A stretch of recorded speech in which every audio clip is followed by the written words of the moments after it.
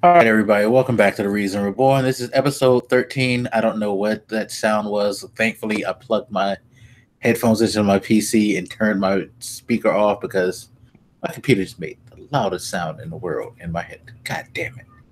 This goddamn computer's been giving me aggravation all night. You don't want to know about it. Anyway, first, before we continue, would you guys to say what's up to the co-host, the soon-to-be PS4 Pro owning, and I don't know about the pro. ever so spectacular cardiac sumo. What up, people? Maybe like regular cheap ass broke down PS4 owning. Okay, so let's go over that the pros and cons because I'm about to put that pros and cons video, by the way. Okay. But real brief pros and cons. For $300, you get the PS4 Slim. You have two USB slots, no optical audio port. They took it away. Don't ask me why. Still a terabyte hard drive, so you're still equal there. PS4 Pro, you do have an optical audio port. You have three USB ports, two in the front, one in the back, so you can hide your like headphones or whatever back there, whatever you want to put back there.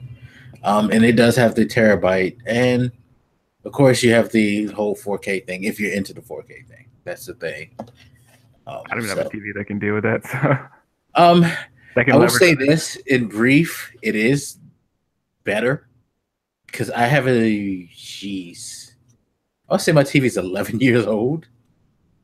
It's a 1080p LG, so it predates HDR, but even without that, it's like, no, it's not 11, it's 7, I believe. But yeah, even with that, it's pretty damn pretty to watch stuff. You do see a lot more detail. I've always said in my videos, it's akin to buying a new graphics card, even though you don't have a new monitor or necessarily a new system, like more modern parts other than that, and you get that bump in details and stuff like that. Resolution a little bit better. The resolution quality is a lot better, and all of that. So there's some pros, but the extra 100 and we'll do it. I mean, fuck. I mean, tax returns coming in. I'll probably decide to do it and buy a new TV for that matter because I've been meaning to. So This guy is not encouraging me to be fiscally responsible. Good shit.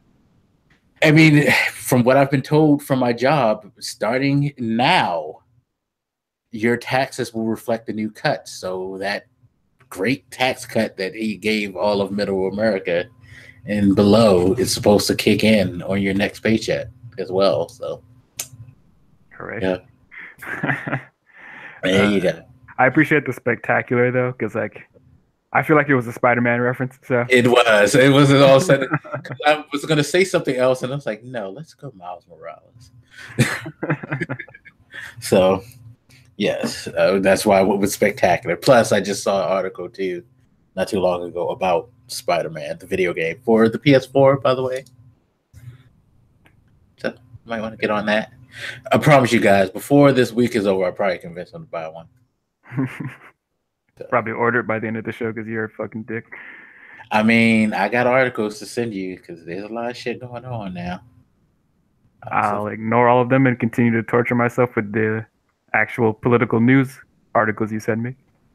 Okay, speaking of those, so our last show was January 16th, 2018. Today is January 23rd, 2018. Now, I went and I looked it up, and I kid you fucking not. Since that show, I've sent this man 22 articles.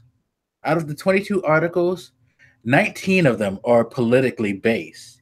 The only other ones are, I sent him the article about the parents who locked their 13 kids up into their 11 kids up inside their house for years. And the other, of course, was the God of War article, which will be coming out April 20th, by the way. Fuck this guy. But those were, everything else was all politically based. Now, I'm going to blitzkrieg through the first day because this is what I sent you after the show. This on the 16th and the 17th. So, I'll catch my breath. And feel free to stop me anytime you want to like throw out, like just stop and just go on a rant or throw out a major talking point. Now, some of the things aren't that major, so it's not going to be that big of a deal. Like the first one, apparently a pastor in Maryland, while Mike Pence was attending church, decided to go on a hellacious rant against Donald Trump in front of him, pointedly making, kind of making a point to say it because I guess Pence was there. So you had that, and that's the light work of the whole thing. Then you had the doctors saying that there's no concern about Trump's mental health, saying that he passed the cognitive test. Real quick, have you seen that test that he took? I looked through it a little bit. I will say, like, it's not his base cognitive abilities like memory or mental rotation or general shit your brain can do that concerns me. It's higher level psychological. Exactly. Everybody's saying that they think this guy's going crazy, and they're telling us that this test, which basically shows that you have a functioning human brain for the most part. That's the basis of it. It lets you know that you're aware, you recognize like where you are. We didn't say the man had Alzheimer's, okay? I think that's why they did the test, because somebody floated out the idea, well, Reagan had Alzheimer's for years before people announced it. And they said that he actually probably had it while he was in office. No, we're not saying this guy has Alzheimer's. We're saying this guy is fucking crazy. You need to do a psychological test, not a cognitive test. Yes, I want a true evaluation that's a higher level than this. Like this, people are talking about like, oh, he passed that test. Ooh, like I'm glad he passed that test, but that's not really the level of cognition that I was concerned with to begin with. Yeah, no. I mean, while I'd say he's stupid, I'm sure he has some, basic human functionality. He manages to get up and put his shitty clothes on every day, so yeah, so that says something. But next article was North Korea and South Korea decided to march together and have a unified team at the 2018 Olympics, which are held in South Korea this year. So you must have really blitzed me, because I realized that I didn't even notice this one. Yeah, no, I did, because I just got to the 17th. I just got to the next day. Okay. So that happened, which is pretty cool. I remember myself commenting to somebody, I think probably you, that isn't it crazy that in all the midst of the stuff that he's been doing towards North Korea, that somehow he seems to have pushed them to the peace table. They are mutually probably in agreement that this guy's batshit insane. And they probably are like working on the plan to like, we need to actually work our differences out to stick together. But there's some other stuff they're working on, like trying to reunify families and things like that. So they're actually playing really, really nice in Korea right now, which is strange. Yeah, everybody's playing nice except for the United States with other people. I definitely want to read more into that, because I've noticed it in my periphery, but I haven't read deeply on it, and I'm curious as to what's spurring this sudden let's come together. I would laugh if it turned out to be that they're just so afraid of Trump's psychotic behavior that they're doing that, but it's interesting and hopefully good. Yeah, I honestly think that might be part of it, because they don't want to be hanging out there.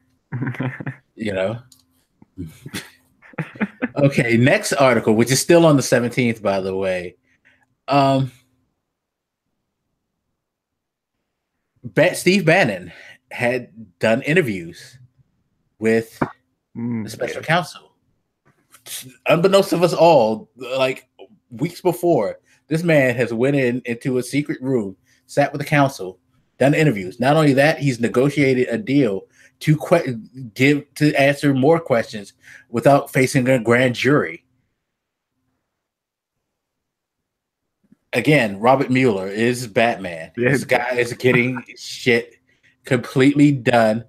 And we're gonna get to the other shit that he's got done. Once we get to the end of all this crazy stuff. I gotta respect this guy. He keeps his nose to the grindstone there. Yeah, definitely. Jeff Flake went on a tremendous rant on the floor, basically just not just lashing Trump, but just basically tearing a new one into all of Congress and telling them that they need to get their shit together because this isn't the way that we're supposed to run a country. Which applause to him. It's kind of funny because even though he's still a conservative and some of his ideas are still dickish, I give him credit for the fact that he's at least admitting that this shit is fucked up. And that's a lot of people are trying to say that, he's not running again because he knows he's going to lose.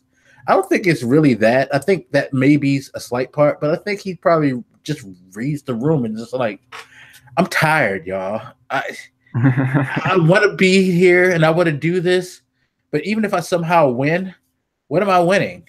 Because think about it. What are you fucking winning? You're going to go along for this ride? It's not the one you want to be on. Yeah, clearly it's not the one he wants to be on. I commend him. Because again, like I said, he holds to some values that I don't agree with, but shit. At least he respects the democracy. And I appreciate that. Yeah, so. It's a rare breed nowadays. Yeah, exactly. Still on the 17th. White House is trying to curb the scope of the Hill testimony. Basically, they've been making inquiries to try to figure out with the committee if they can kind of tell Mueller to back off, leave us alone, please. Let us do what we do. I thought that was them trying to hush up Bannon or whatever. Well, it's part of that, but they also were kind of, as the week went on, I've watching CNN. It was kind of there were rumors that Trump was inquiring on ways to how he could not necessarily maybe fire Mueller himself, but find a way to get him removed, which kind of reflects on what happens later in this whole batshit insane week that we've had. Finally, on the 18th, Trump says his position on the border has never changed. Basically, with the negotiations of the government shutdown being imminent at that point, which became a reality and thankfully passed as quickly as possible, Trump was not going to budge on the idea that he wanted them to make a concession that they were going to, without a doubt, fund his fucking crazy wall so he could stop Mexican criminals from coming into this country. Oh my God, this fucking wall. There was also rumors that part of his reluctance to budge was because Miller and Kelly were sitting on his shoulders telling him don't accept any deal without that, basically egging on his racist tendencies and things like that. He denied that they were the influence behind it and things like that, and they denied it. They were like, no, nobody tells Trump what to do. He makes his own reason. Sure, whatever. You know this, give him some candy and this kid will go wherever you want. Fuck it. So wasn't Kelly the one who got on the news and was like, Trump's position on the wall has evolved, that he got all pissed about? Yeah, he did. And that's what sparked this whole change.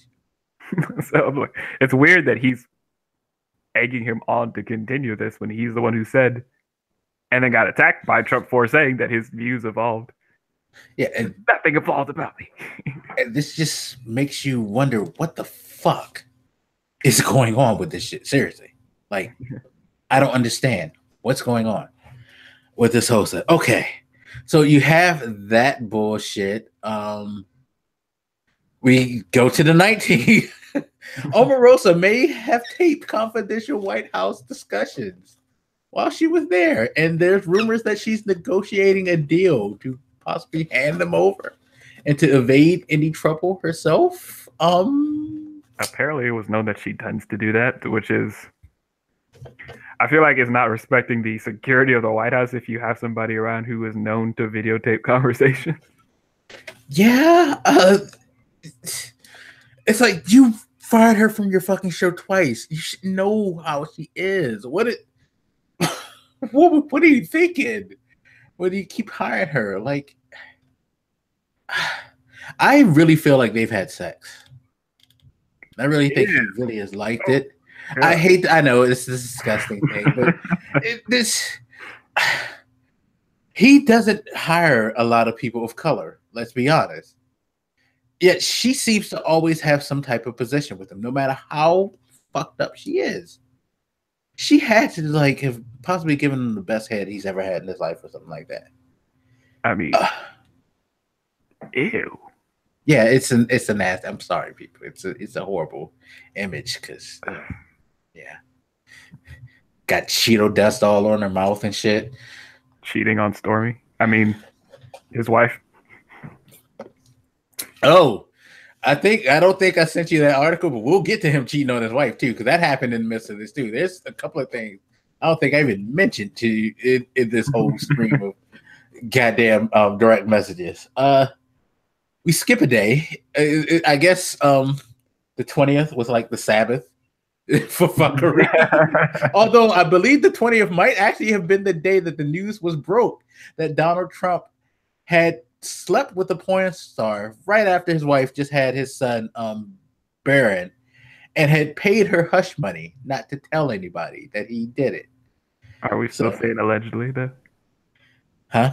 I mean, she doesn't admit to that, but she did get that money. That is undeniable. She got 130K, but she is not currently admitting that happened. I mean, it's probably legal stuff. She probably signed the contract. She probably like, because his dumb ass like, don't tell anybody. Probably didn't tell him. Don't tell anybody I gave you money, which probably should have added that legal document, but he doesn't seem to be the type to like, cross his T's, dot his I's, so to speak. So, Oh, yes. But we go to the 21st, and basically they vote on the government shutdown, which the House passed it, the Senate denied it. Now, interesting things, because a lot of people don't know this about that damn vote, which is funny because there's been a hard press to blame the Democrats, saying that they want to shut down the government or whatnot, even to the point where someone put out an ad saying that the Democrats did this because they care more about foreigners than they do Americans. And they want foreign criminals to kill Americans and not protect the U.S. citizens, which was socially and politically irresponsible. And I think like a ridiculous thing to do. I don't know why whoever did it felt that way, but it's shameful. It's a shameful act. Absolutely. Our political system is just falling further and further into the depths of depravity. That was just disgusting to do. Yes. And yet it feels typical for this administration. And that's the sad part, that this is typical behavior. This should not be typical political behavior. I know there's like name calling, finger pointing. It's a part of the system. I wish it wasn't either, but it's also a part of human nature. That's what people do. So it's not to say that we've never seen attack ads before, but come the fuck on. Yeah, like you're solely saying that they're trying to have people come to this country to murder you. That's way too far. Way too far. Speaking of which, did you hear about the guy who apparently wrote to CNN that he was going to come and kill their anchors? I certainly did not. Yeah, this happened yesterday, and I forgot to add this to you, but apparently there was some guy who wrote a letter. Let me see if I could find. I would miss that one myself. Yeah, he wrote this like crazy letter.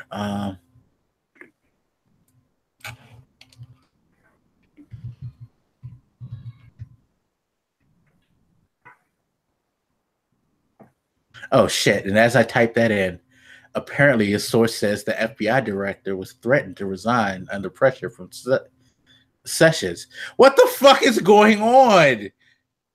Yeah, you didn't see. I saw. I don't know if I fully read it, but I certainly saw that earlier today. Did that only break today? Apparently, the thing I see from CNN says 9 hours ago. So holy shit, what the fuck? See, there's stuff being added, but on January 9th, like I don't even remember if I fully read that article, but I know I saw it, which is like it's too much.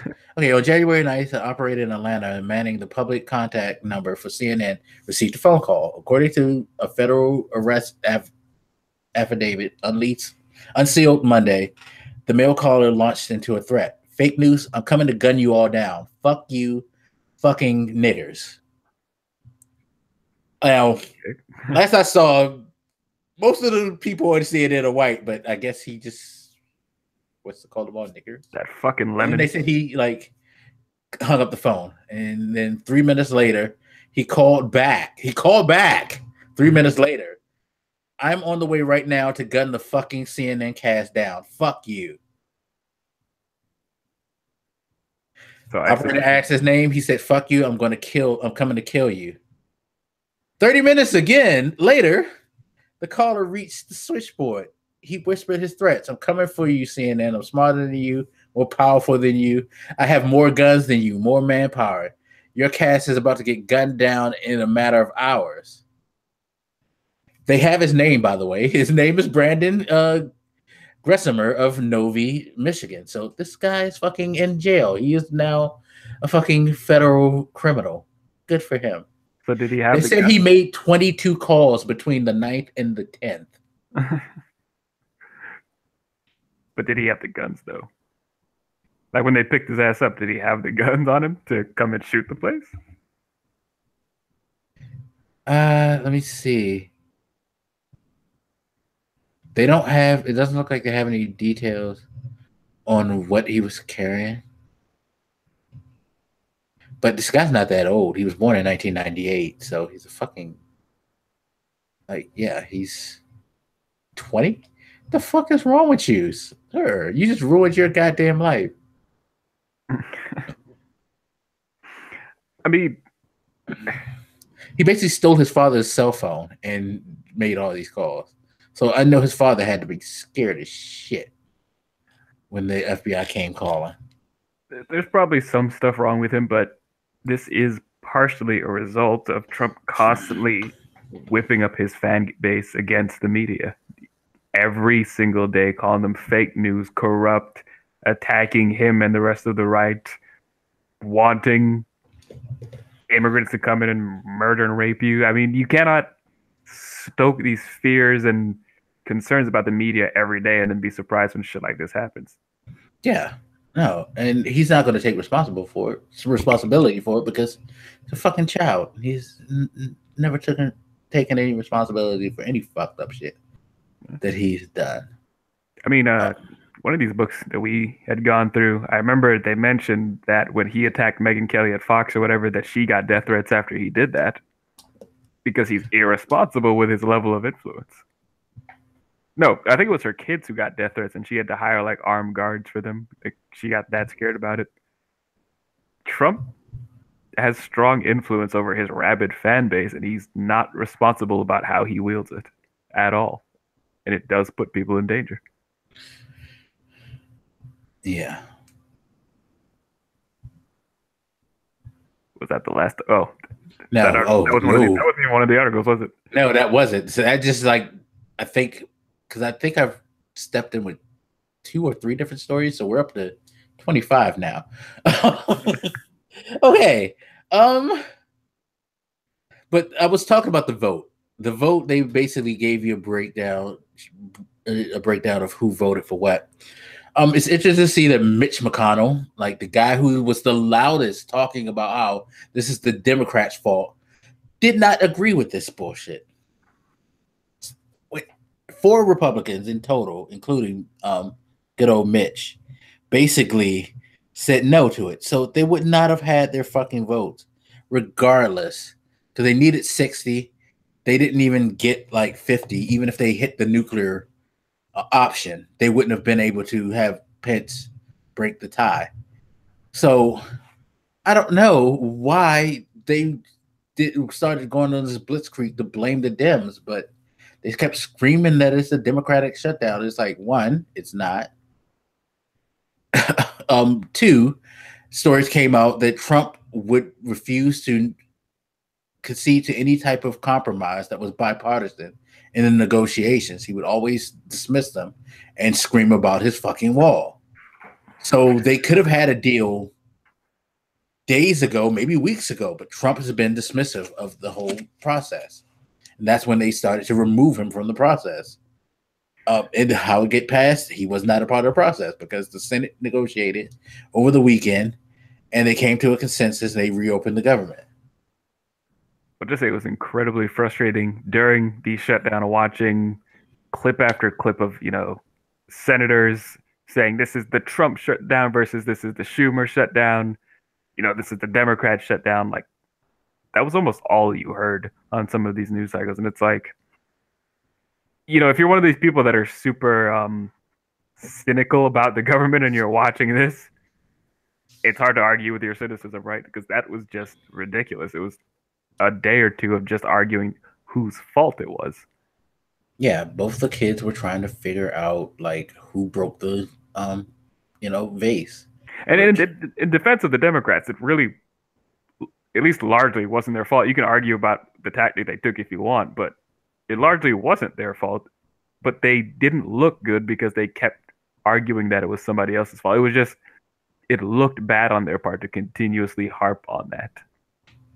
Yeah, I mean, I guess you could make a case that maybe they had to defend themselves because Trump, going from this article with this idiot calling CNN 22 times talking about he's going to kill them, Trump has a huge influence on a lot of people, a lot more people than we realize. And fuck him, his nonsensical screaming at the top of his lungs about bullshit seems to be like working in a lot of areas. And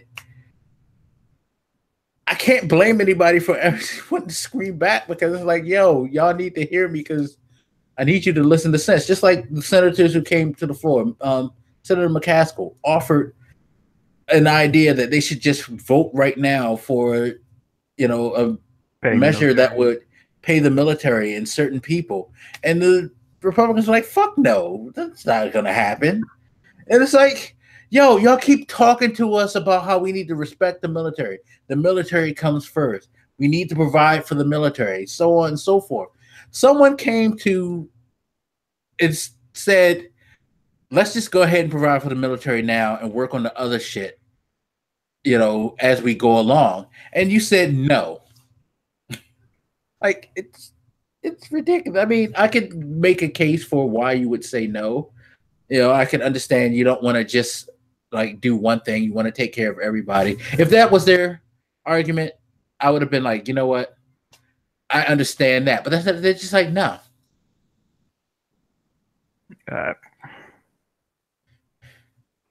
Yeah, I can certainly see why the Democrats felt the need to defend themselves against the accusation that this was their shutdown and their fault, especially when Republicans were pushing this home, and especially when it was clearly obvious that it was largely Republican fault. But I don't know, it still didn't look good. And yeah, it is incredibly disgusting the way. This has been a problem with them for a long time. They throw the military around as this large prop, but when it comes to actually doing things for the military, they're not always that inclined to do it. It's just it makes them look patriotic, especially during elections. But in practice, when it comes to voting on shit, the military is not the top concern for them. That's just a fact. Yeah, if they want to be honest, with the military, it's contracting. It's never necessarily the men and women. Just want to make those contracts with these countries and with these companies and like issue out these weapons and shit like that. Like, that's why it's ultimately disgusting because for the last few presidential election cycles, they've done this whole. They make it act like they own the idea of patriotism and are constantly looking at liberals and Democrats as people who don't love country or love the military. But they don't love the military in practice, so what the fuck? Yeah, no, I just find it weird because it's like they're gung-ho about the whole military and the patriotism thing. but they dismiss and laugh off. Like, generally speaking, Democrats are looked at as the champions of the poor, the downtrodden, the disadvantaged. They don't respect. They find that like unnerving. They find that just like repulsive, I guess, to want to support. It's like they dismiss it. It's like I honestly it disgusts me the way they use them as political tools, especially, the a more recent example is their use of the military as far as fighting against, taking a knee. They just pull out the military. It's like, you hate the military, you hate our men and women, you're not respecting the sacrifices they made for the anthem or flag or whatever that you're disrespecting right now. They always pull up the military and use them and weaponize them for political gain. They do it a lot. For people who claim to love the military, they treat them like political pawns all the time. Yeah, they do. And it's not just in the talk too. It's like on the battlefield as well. They throw them around the country and throw them around the world just to like send the messages. It's like, yeah, you go die so we can make our point. Like, okay. I'd be curious to see some polls about public perception on this, because it really bothers me the way they get to run away pretending that they're so incredibly patriotic. They're actively not, and they clearly care more about money and this fucking wall in this case than they do about actual military.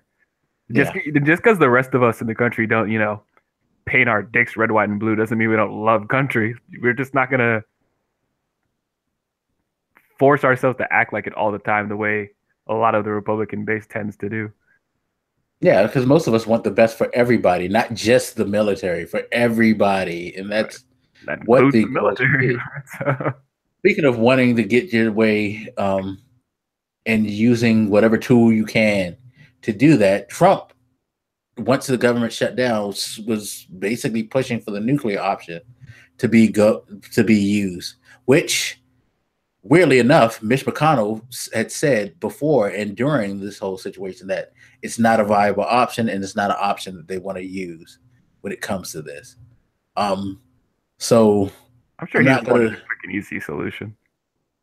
Who? Trump. Yeah, he always, because he does. This is a man who's never worked for anything in his life, so he doesn't understand not being able to get his way. So yeah, so I'm not surprised he pushed for that at all. Yeah, again, going back to the vote, looking at the way things fell, you had 49 Democrats say no. You had 4 Republicans say no. That's 54 votes. You weren't going to win with the nuclear option, sir. So it was stupid to even think that. And that was after they had a couple of people jump ship and go with their plan, which is kind of sad that it's like that. So we've been able to skip some of these articles, thank God, because some of these things kind of cross into each other, like the whole nuclear option and all that stuff. Apparently Stephen Miller might be in trouble. People thinking he's going to be one of the next people to get fired, and probably under the eye of Robert Mueller too. Yay for him. This guy just has such a douchey face. I just wanted to say that. He's a goddamn asshole. He's a racist asshole. Because he's not only just racist, he's like one of those gung-ho, I'm going to tell you like what I think, and I don't care what you think I think, because I'm right and I'm white, so deal with it. He's a fucking prick. Here's a bit of sort of cheery news. The Trump book, Fire and Fury, may end up being a TV show. How is that cheery news? It's cheery because it's fucking hilarious. Yes, it's sad because this is the state of civilization as we know it, that a reality TV show, which we're all living, is now going to become a fucking... We discussed it, and I'm in more agreement with you. It can't be a fucking drama because I can't like it. It would never get filmed if it's a drama because I can't see any serious actor taking these roles unless you hate Trump so much that you just want to like fucking stick it to him. And two, I can't see you reading the scripts and the lines and saying some of the things that have been in this book. Both of us have read the book, by the way. We'll try to get to the book. I don't know. I'm pressed for time a little bit, but I kind of do want to at least give some thoughts on the book. But the shit that's said in that book, especially about Steve Bannon, I cannot hear it being said without a laugh track. I really can't. I'll look out for the show, and if they can make it a drama, I will be incredibly impressed. But watching the way this administration stumbles around and falls on its ass every day, I doubt it. It's probably a comedy. I can't. Yeah, I really. If they're able to make it a goddamn drama, whew. Could you just imagine the like comment like just imagine that they shot it like fucking West Wing style with the like serious like tone shots and all of that, and like I can't see his actor not cracking while he's saying what are the lines. I just imagine shots of Trump waddling around the White House like pretending to work for like an hour. Honestly, they should go the Comedy Central route with the like That's My Bush show. But they already have a Trump show on Comedy Central. Oh shit. Okay. So that's it. But if they do this, and I'm sending you the link to his picture, Bill Murray has to be Steve Bannon. Oh my god. He has to be Steve Bannon, don't he? He has to be Steve Bannon. You can't get anybody else to play him, even if it is a drama. Bill Murray has to play him. I never wanted the show, but I especially don't want the show after seeing that face. Oh my god. It's a great fucking makeup job. He looked just as disheveled as Steve Bannon really does. Look, it's great. He has to be that. That's the only thing. I can't think of who would be Omarosa. Gabrielle Union. She could play the like overly dramatic. No, she could do the overly dramatic stuff when she needs to. Yeah, she's. I wouldn't want to do it for her career, but exactly, they'll be putting her in those positions. You need to chill. Yeah, I know. It'll be just a bunch of B-list. Actually, Omarosa probably will play Omarosa. I can see her try to do that. I'm sure Trump wants to play Trump. Yeah, he probably he loves to be famous, man. He loves to be on TV. Like, let's not fuck around about this. Like, yeah. Okay, now we're finally getting more recent with our stuff. So today, Mueller apparently questioned Mr.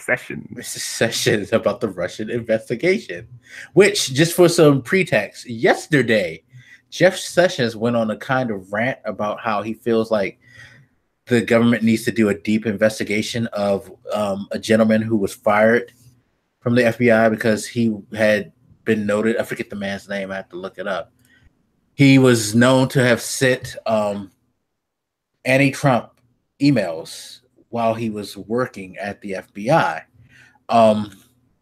He was also a team member of Mueller's investigation team. And upon finding the news about his anti-email rants, Mueller fired him. Mueller, doing his job like he always does and doing what he's supposed to do, got rid of somebody who could be a problem because he might try to put information that's false that would ruin the investigation.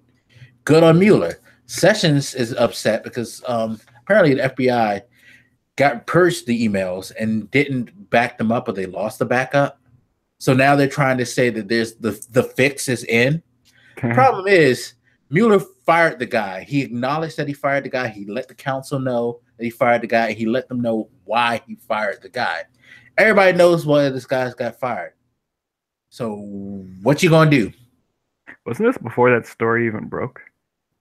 Before which story?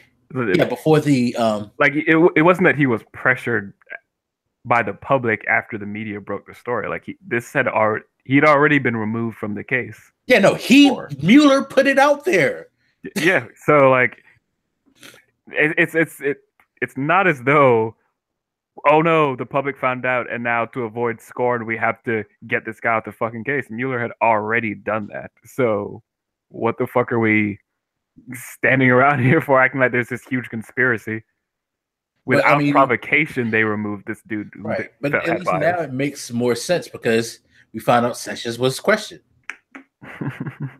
So yeah, of course he wants to put the full court press on the FBI as the head of the Department of Justice. Because Yeah. now his shit's getting dug in deep. And apparently, I just saw another article today that Mueller is openly asked Donald Trump to come in and answer questions. Will he do it? He doesn't want to engage in this fake Russia bullshit. If he says no, it's more damning than going in. If he says yes, he'll go in there and say something stupid. Yeah. Although I'm not sure if he realizes that he will say something stupid. He's going to say something stupid either way. But if he says no, it'll probably be worse. Because what's going to happen is once the news start to roll the ball down the hill that he's being evasive, he's going to come out and say something even more stupid in his defense. When he's probably better off just to go say, I'll sit in the room with my lawyers. You ask me the questions. So I can look at my lawyer and my lawyer can say, don't answer that or answer that. Can you have your lawyer present in those? You can negotiate because I'm sure you can negotiate that.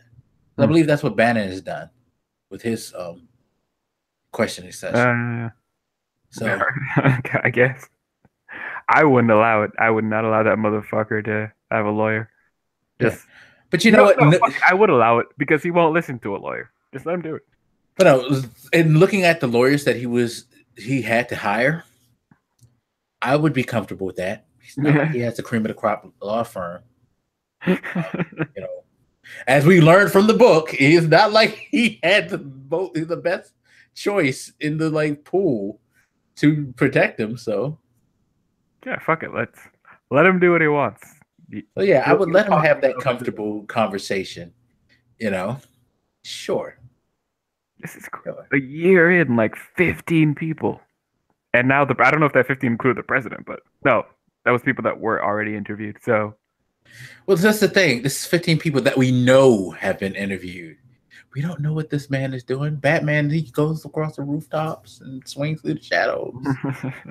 He does what he needs to do, and then he goes back to Wayne Manor, and you know. This shit is crazy. Did we reach the end of those articles? Oh my god! Yes, that is the end. That was the last. That was the last article that I sent you. Unless you want to talk about Santa Monica Studios announcing with a new trailer. Which I'm not watching. You should watch it. Actually, you should really, really watch it. It's a good trailer, and it gives you a lot more detail as to what's going to be going on and why they're doing what they're doing. And it actually does a good job of, like, it even lets you know what his son is. And no, I mean, I don't want to know because I'm pretty certain I'm going to buy it. Okay, like, when it comes to like certain games or movies, like I'll see enough to get excited, and then I'll cut myself off from them. Okay, so you don't want it because it is a story trailer. It's basically going to give you right.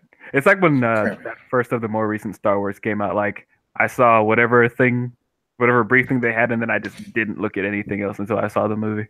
Yeah, because spoilers are abound in trailers. I mean, you get a good sense, and then this one, you definitely get a good sense of what the story is. I mean, you get a really good synopsis. I'm already fully confident I'll buy it, so I don't have to worry about being convinced anymore. Yeah, it actually made me more confident in buying it because, low known fact, I'm not a big fan of Kratos.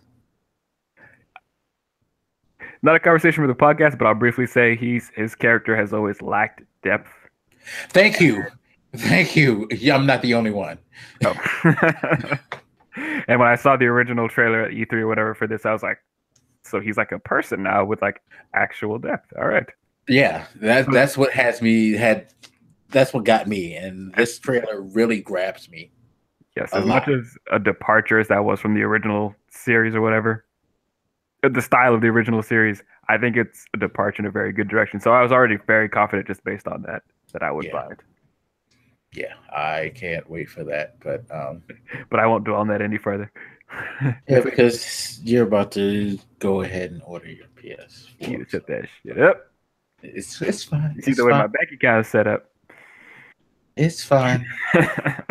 January 29th is the first day to file taxes. You're good. You see, now I'm just going to be looking at the calendar. And you'll get a President's Day deal when you get your returns because it should be back by then. There you go. Shit. But yeah, we've been living through an extraordinary clusterfuck of a week. Yeah. The government literally turned off.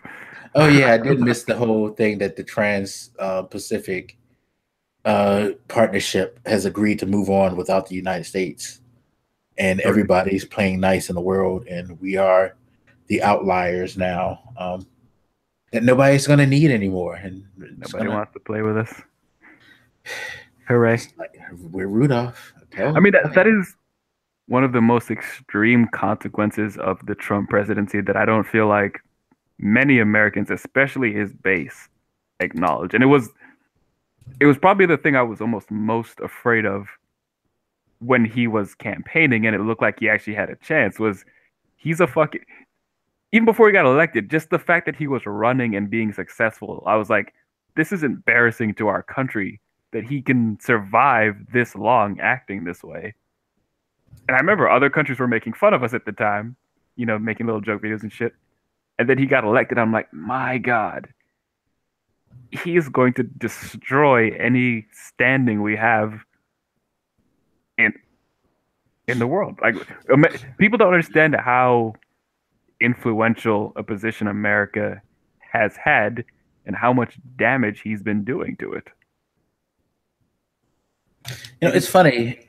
I remember when Obama was first got elected, how every leader in the world seemingly like emailed or tweeted or called him on the election night and kind of celebrated him coming in. It was like, yo, we are really, really enthusiastic about working with you, and we can't wait to see the things that you try to do because we're really, really hopeful that we can have a better relationship with America and move forward together in the world with a better agenda. You saw some of those things with the Paris treaty and all of that.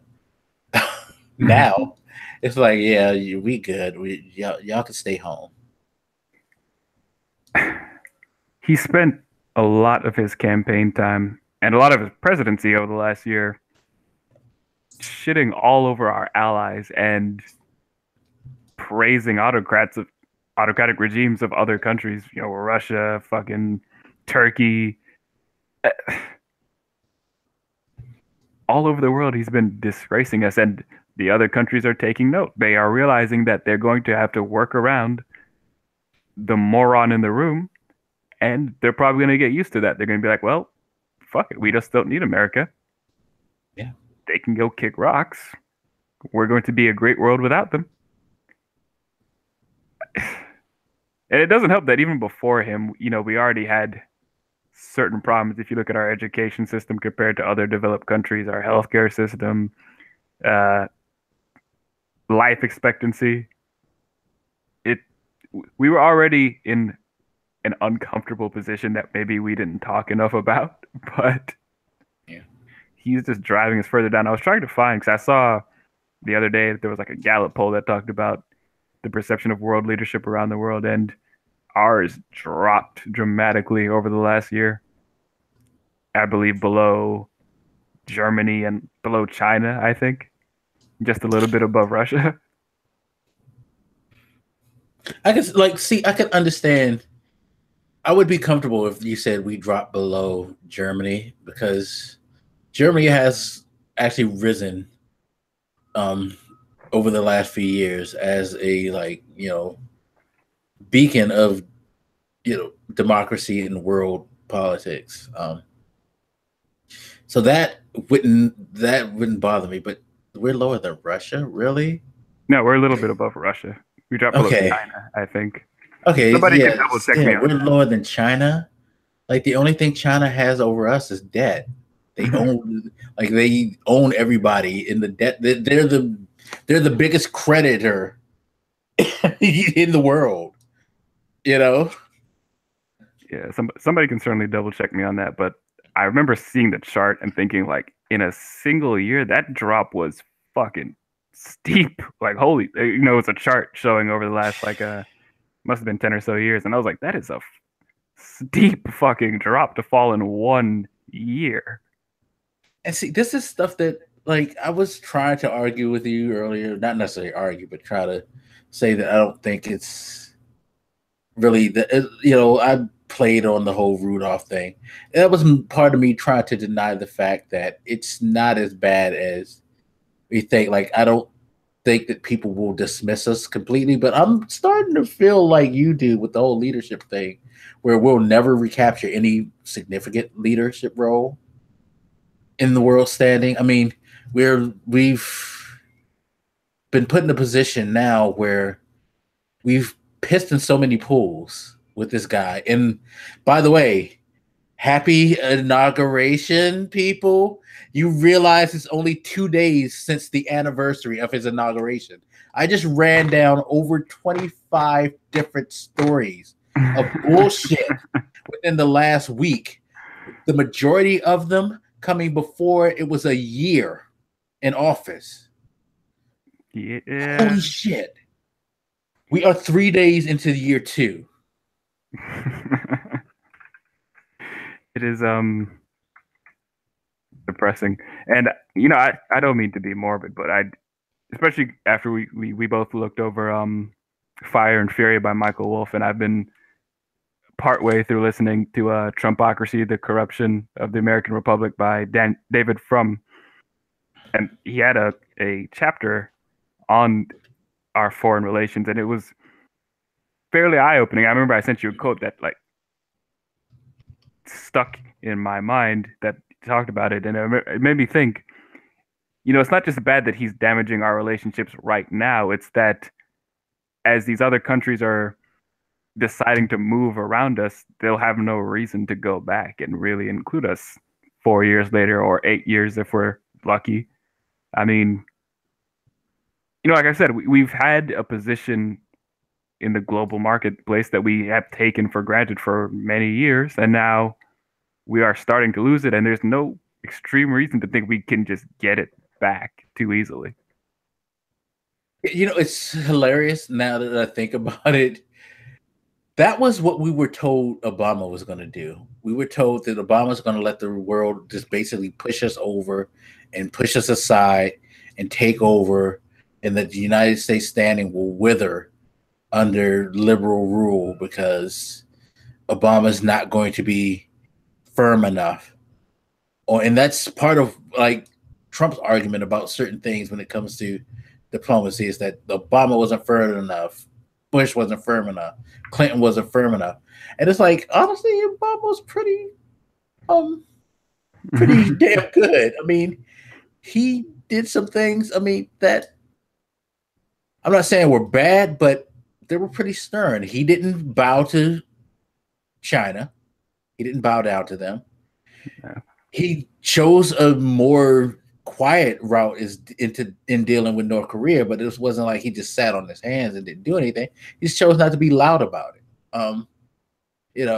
His biggest mistake probably was the Libya thing, but at the end of the day, taking out Gaddafi isn't the worst thing in the world. It's just that his exit plan was horrible. He should have had a better exit plan. But it's like he took out one of the long-standing, scourge of the earth that's been around since in my entire lifetime. Again, I just wish he would have had a better exit plan. And he even said that. And that's the thing. He even admits when he fucked up. He says, yo, I fucked up. Yeah. He doesn't run from that shit. So it's like you can't say that he just did that shit and was like, oh well, it ain't my fault, you know? Pretty sure Trump never fucked up a day in his life. Right. And it's like the things that the people who preceded him have done, um, like we give Bush his black eye for the whole thing with going over there, getting rid of Hussein and all that. He kind of did that sloppily.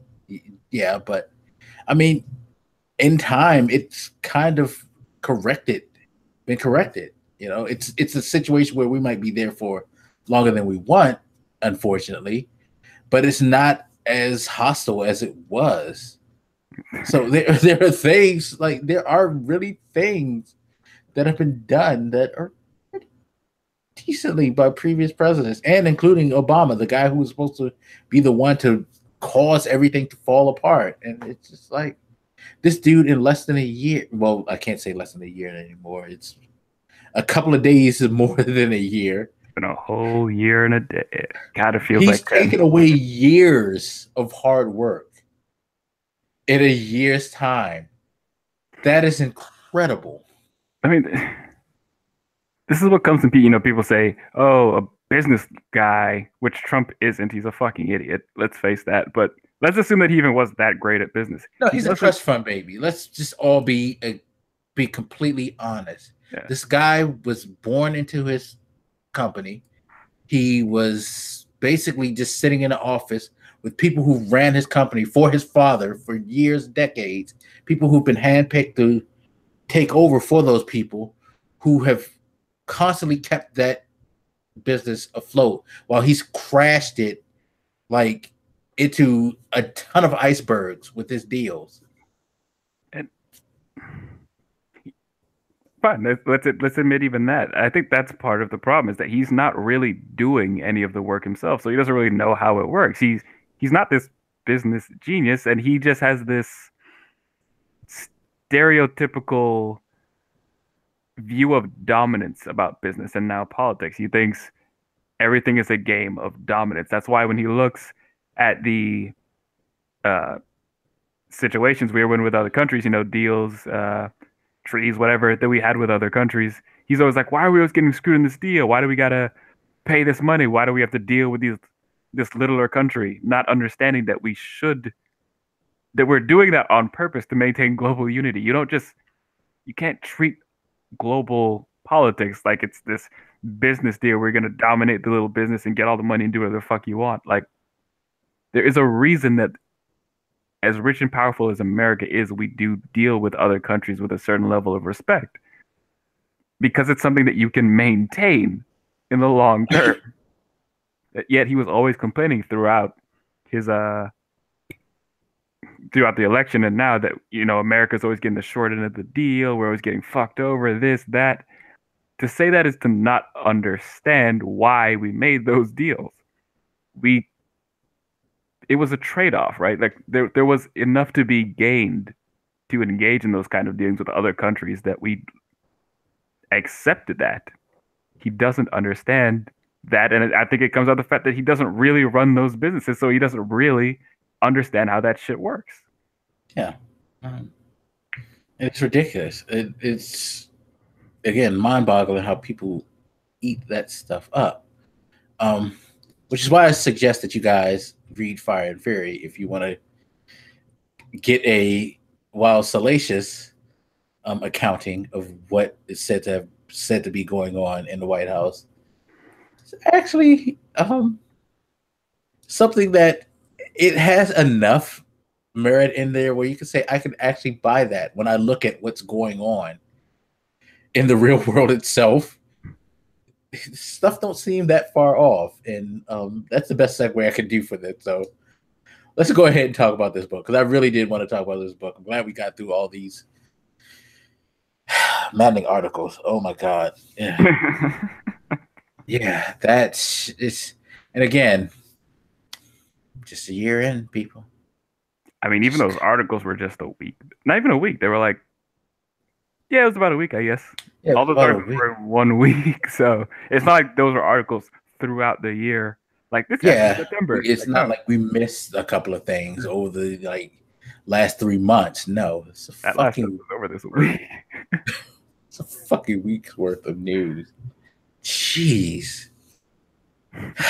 Okay, so you want me to start, or you want to start as far as opinion on what, like, just general opinion first on the book? You go ahead. I'm looking for some. Okay, so I was the one who came up with this like master plan to have us read the book. So I apologize if I caused brain damage to you, sir. First of all, but I was really, really just curious to see what the fuck is going on in this thing, because the tidbits that the media gave out. I will say this: if he wants to like call that fake news, that's fine, because it's not really news. They were just doing advertising for this book. They did a hell of a good job of advertising, because I was just like, yo, between that, between people on my Twitter, between people on my, especially on my Facebook, I gotta hear what the fuck this shit is. So listen to it in audio form, and the whole time I was just amazed at the things that go on in that White House. What were some of the points that I made in this tweet? I said there are a couple of things that really stood out to me. The biggest thing is the factions. Now I know there are always supposedly factions within the White House, but this seemed like this was high school, where you had the cool kids, the mean girls, the nerds, the jocks, the cheerleaders, the like math class, the band, all these different elements just like constantly colliding at each other while sitting in between classes, which is running the government for them, I guess you could say. um, the ridiculous like thought that all these people have it in their mind that I can control this like prepubescent nut job. It was insane. It was like basically nobody on his team is there because they believe necessarily in his cause and they want to see him succeed. They just all want to get over and be the ones to say, this is what I did. I made him look good, and get their gold star. That fucked me up. The nepotism is the really big problem. Like, this book makes you think that that shit is just out of control, and it is worse than we thought it could be. With his son-in-law and his daughter.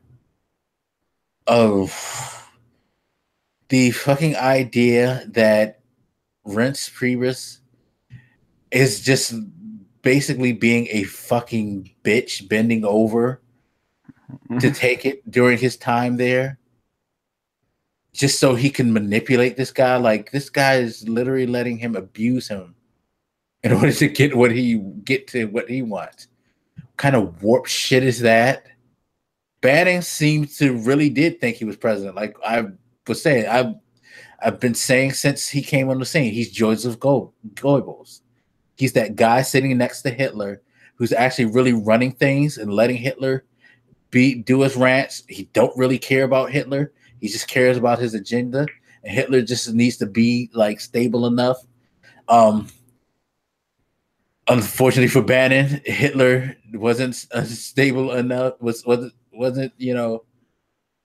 unstable enough to not want him out. So Banning's gone. But if he would have stuck that shit through, yeah, he might have got what he wanted. And I'm very, very happy that that man is fucking gone.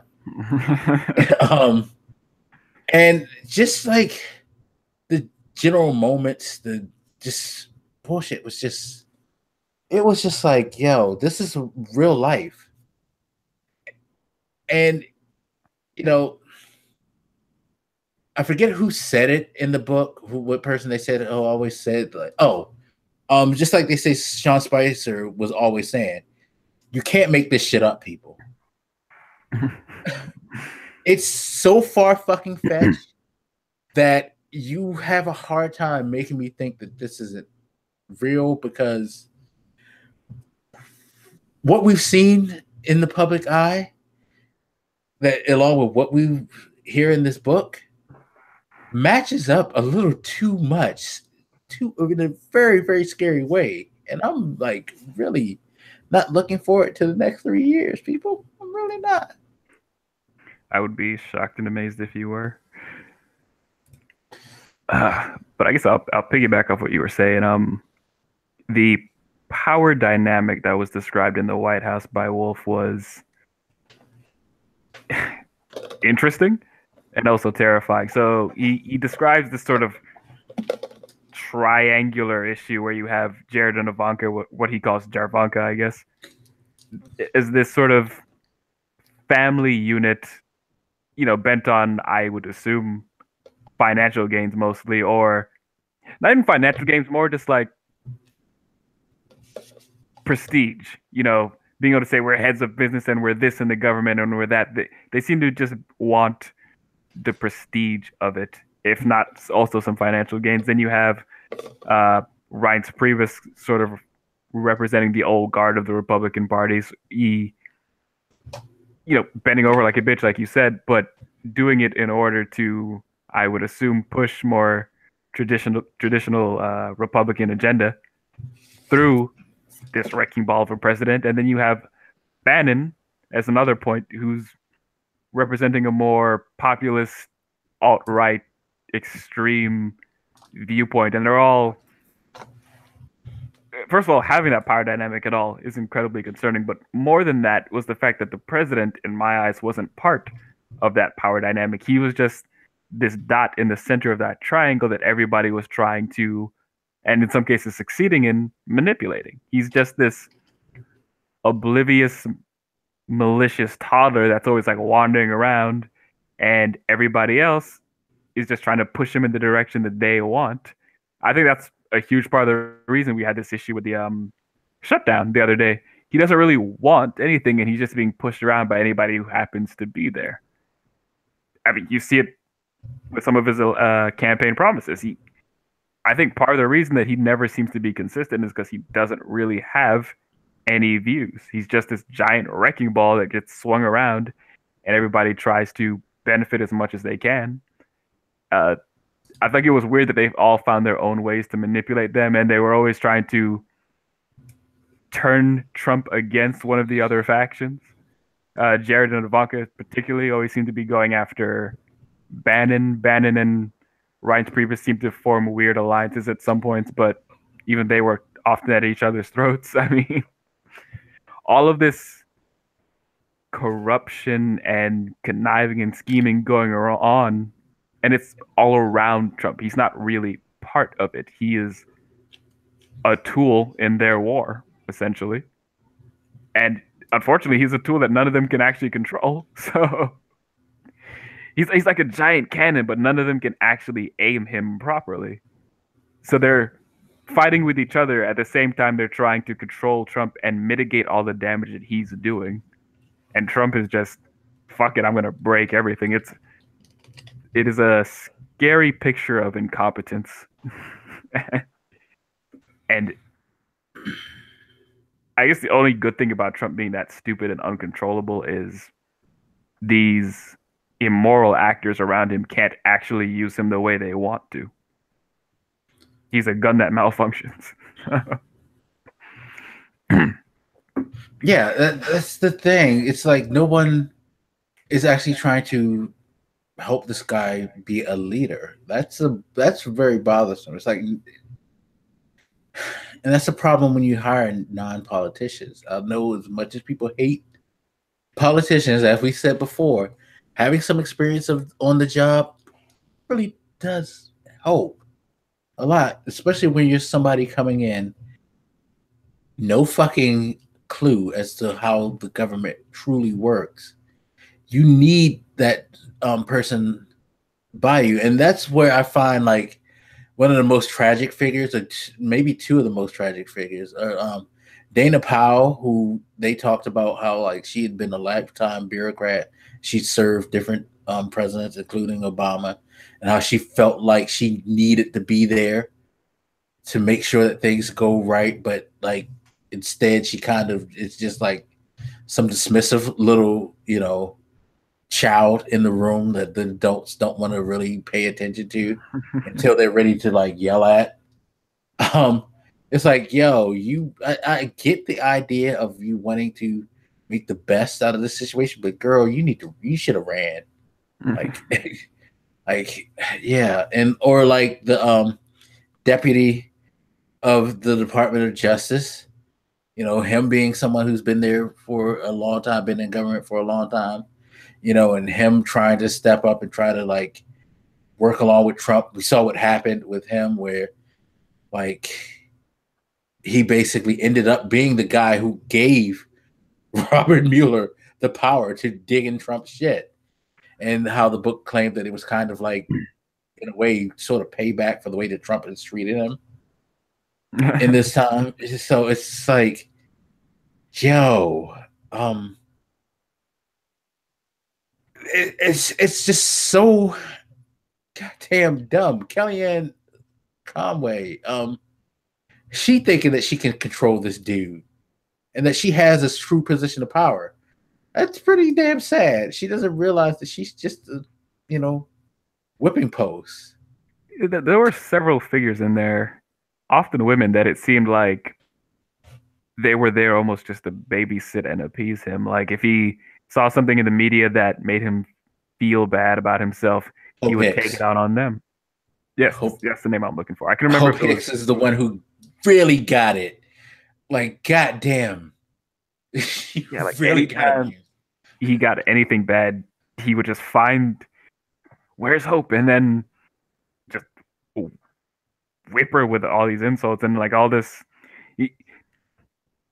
One of the things the book talks about a lot is this overwhelming need he has to be loved and admired and all this shit.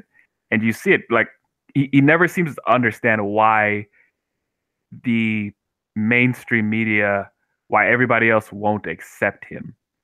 And he takes that out on everybody else. That's why he's up at God knows when hours of the night tweeting up a storm all the time, because he's not getting the acceptance that he wants. And he takes it out on them, and they're responsible for, softening the blow or just being there as punching bags. I talked about that power struggle. There's one more thing about it that is troublesome for him, and it's that because Trump himself has no clear vision and he's getting conflicting ideas, there's no consistency in the White House vision, essentially because he's getting conflicting ideas from different parties with different interests. And he doesn't have any of his own. I think that's part of the reason we always see such disarray and chaos as to what the White House is actually saying, because you have different people with different agendas whispering in his ear, and he doesn't have anything of his own to fight back with. So that was one of the things that bothered me about that power triangle, is that any one of them really could influence him at any moment. It just kind of depends on who talked to him last and what they said. Yeah, and I think that's why I like that whole, when we were talking about the wall thing, part of me thinks that the Kelly Miller thing could have had some truth to it, because all throughout the book, they just framed this guy as someone who just sat at the table, and the first good idea that he heard, he nodded his head. And then the next good idea he heard, he nodded his head. Then the next one, he nodded his head. It's like, he doesn't really have an opinion. He doesn't really have an agenda. The healthcare thing, the fact that they said the healthcare thing was something that he said that he didn't really care about at first. And that basically Ryan came through, and even though he wanted to get rid of Ryan and he hated Ryan, Ryan was able to manipulate this guy and to be like, yo, yeah, we need to go after healthcare first. There's also a weird sense of jealousy, in the sense that if it felt like the media was paying to, like Bannon, for example, they were taught, the media would talk about how Bannon's really the one in control, and Trump just hates the idea that somebody else is being seen as smarter or more powerful or in control in comparison to him. Like anytime that happened, he would just hate that, because he wants to be essentially the center of attention. Yeah. It's disturbingly sad. I think one of the things early in the book that really scared me, I guess, was they were talking about the election, and everybody seemed primed and ready to think that this wasn't going to go their way, saying that, Trump's ready to say, the reason I lost is because of bias and all this shit. They all seemed to think that he was going to lose. And then when he won and realizing what that meant, it seemed very quickly that Trump was just able to snap from, I'm not going to win, to, of course I win. I deserve to win. I'm the best. Like, this quick mental shift that he does shows me that he has no mental consistency. He went from out and out lying, trying to sow chaos in the public discord, but he went from that and believing that he wasn't going to win, that he had no chance, to actually believing that he should win and he really is the man for the job. His brain is an amazingly horrific thing. Yeah, no, but the words they would say how bad it was, like, yeah, we just all basically sat around and was like, yeah, this isn't gonna happen. And like Trump's whole kind of campaign tactics were seemingly based on the fact that he figured, fuck it, I'm not gonna win. I'm just gonna like say what the fuck ever, and that shit worked, got him in the office. Like, what is the world? And again, without hesitation, he shifted from that mindset to, I'm president and I should be. Everybody else was just like, I can't believe this. He almost seemed to immediately shift into truly believing that he is competent and worthy for the position. Yeah, and it was that statement in that book that really freaked me out, because I was like, this guy's mental state is not stable at all. The fact that he can convince himself of that quickly is troubling in itself.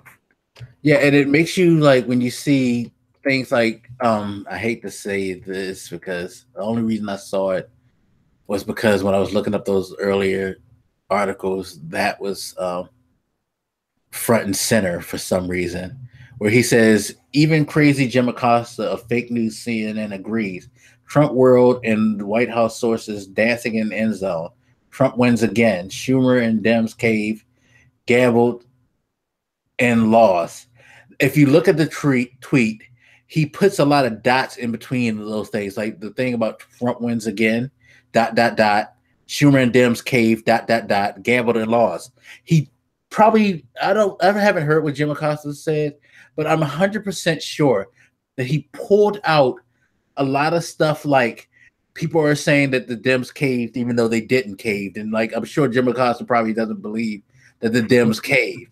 The whole gambled and lost, that probably was probably was something that was put to someone else or somehow, because they didn't gamble and necessarily lose. They at least got what they needed to like get stuff on the table, to get the votes that they want, like for DACA and the stuff for CHIP and all of that, which is all they were asking for. So what did they lose? And they didn't concede on the wall. They said they'll talk about partially funding border defense. They never said we're going to give you a wall, sir.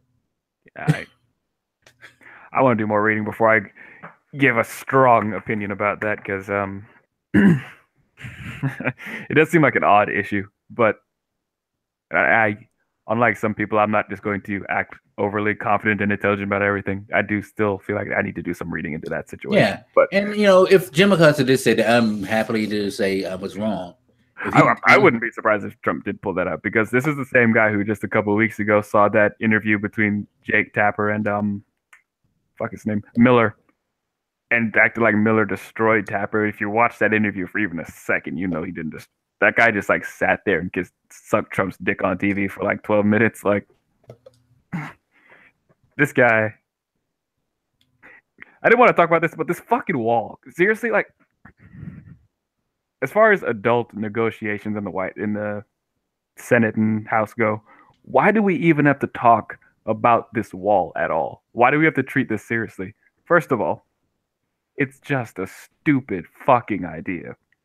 But beyond that, Mexico is supposed to pay for this fucking wall, right? Why are we arguing about using American funds to do this? Are we loan? Is this supposed to be a loan to Mexico that they're gonna agree to and pay back? This thing is a lot of fucking money. And again, he said Mexico would pay for it. Now, that aside, we shouldn't build this wall because it's just a stupid idea. But even if it wasn't, you already told us we're not paying for it. So this shouldn't even be part of the conversation. Yeah. And the fact that his supporters have no problem with him spending billions on a fucking wall. What happened to conservatism? You should not want to waste the money, right? Yeah, it's so their whole thing is government spending is out of control. Fuck. But we can spend billions on a fucking wall. Like, and it's just like the whole thing is just very, very. It's like these ideas that he come up with, his ideology. It's just like so spur of the moment. You know, the things, the way he gives speeches. Like when they recounted the whole speech he gave down at the National Harbor. I forget the name of that CPAT. Mm. It reminded me just how fucking strange that day was because I was at work and it was a fucking nightmare to get back and forth work because I live not that far. I mean, not live, but well, I do live not that far, but I also work not that far from the Gaylord at the National Harbor and all of that, where they held this whole thing, and it was a fucking like traffic nightmare getting back and forth in some areas. But I remember that standing out as well as just the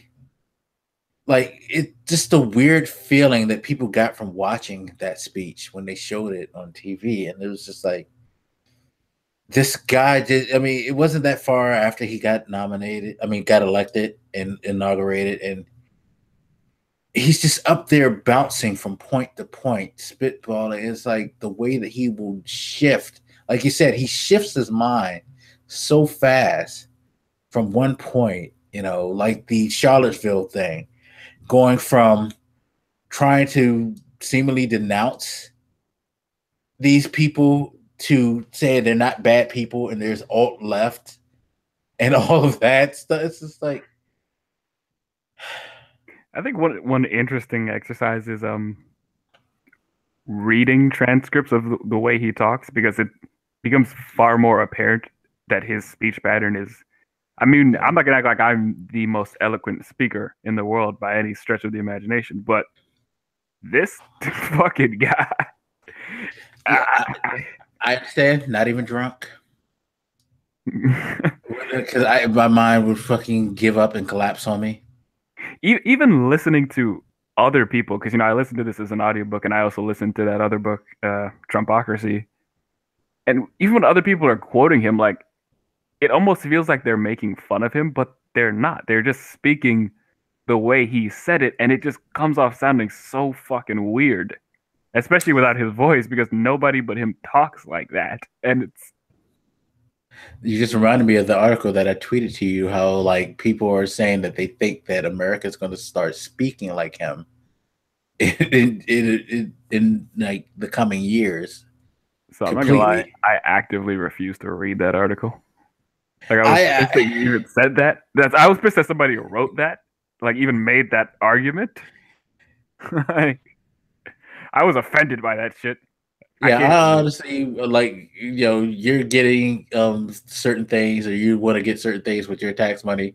I feel like I need to just go ahead and get the Audible year and just sit and read or listen like to as many books as I can because I have a Kindle, so I can get some stuff from the Amazon store if it's not available in audio format, and I can just fucking read it. I want to I need to set that. Like, I don't make resolutions, but I feel like this is something I need to do. Like, read at least 300 books by the end of the year, so my brain could resist that ever being, something that could happen to it. And again, I don't expect every person on earth to be a perfect orator. I perfectly admit I have my issues. I certainly say and like a lot. I stammer, I slow down, and all that shit. Nobody's a perfect speaker, but this is not normal. Like, it makes you wonder if his brain functions properly. You listen to 3 minutes of him talk, and I mean really listen. Don't tune him out or get distracted by his hand motions. Like, really listen. All you could possibly do is sit there and say, "What the fuck is this guy talking about?" he'll go from an issue to randomly attacking somebody in the media to talking about how great at business he is and some random business deal he's done, the random fake ass stories in general. I mean, he just jumps all over the place. Yeah, no. To no real point. I mean, It's like schizophrenia or something. Or I don't know how some that type wolf of guy could disease. possibly just sit there for a year and like. I wonder if he had hair before and he just like ripped it all out. Like, I, I, kudos to No, him. he probably just sat there and was just like, cha-ching. It's like, this is because, again, the quote, Sean Spicer, you can't make this shit up. I And this is genuinely, why it's going to probably be a TV show because it's that fucking crazy that it can be. I genuinely feel like what bothers Trump most about this shit is one, he's being made fun of, but two, that he's not the one profiting from this. That somebody else is profiting off of his name. That must drive him crazy. And again, it seems like he spent the majority of his life trying to be a loved celebrity, trying to be somebody people generally accept, and he's never ever quite been there. I mean, he's been in the public eye, but he's not like Will Smith or some shit. Like he's never been beloved by everybody in that sense. He's mostly just been a joke to the extent that he was in the public eye. He's either been a joke or he's been, pointed out for his corrupt business nature, but he has never been that upper echelon loved figure that I think he desperately wants to be.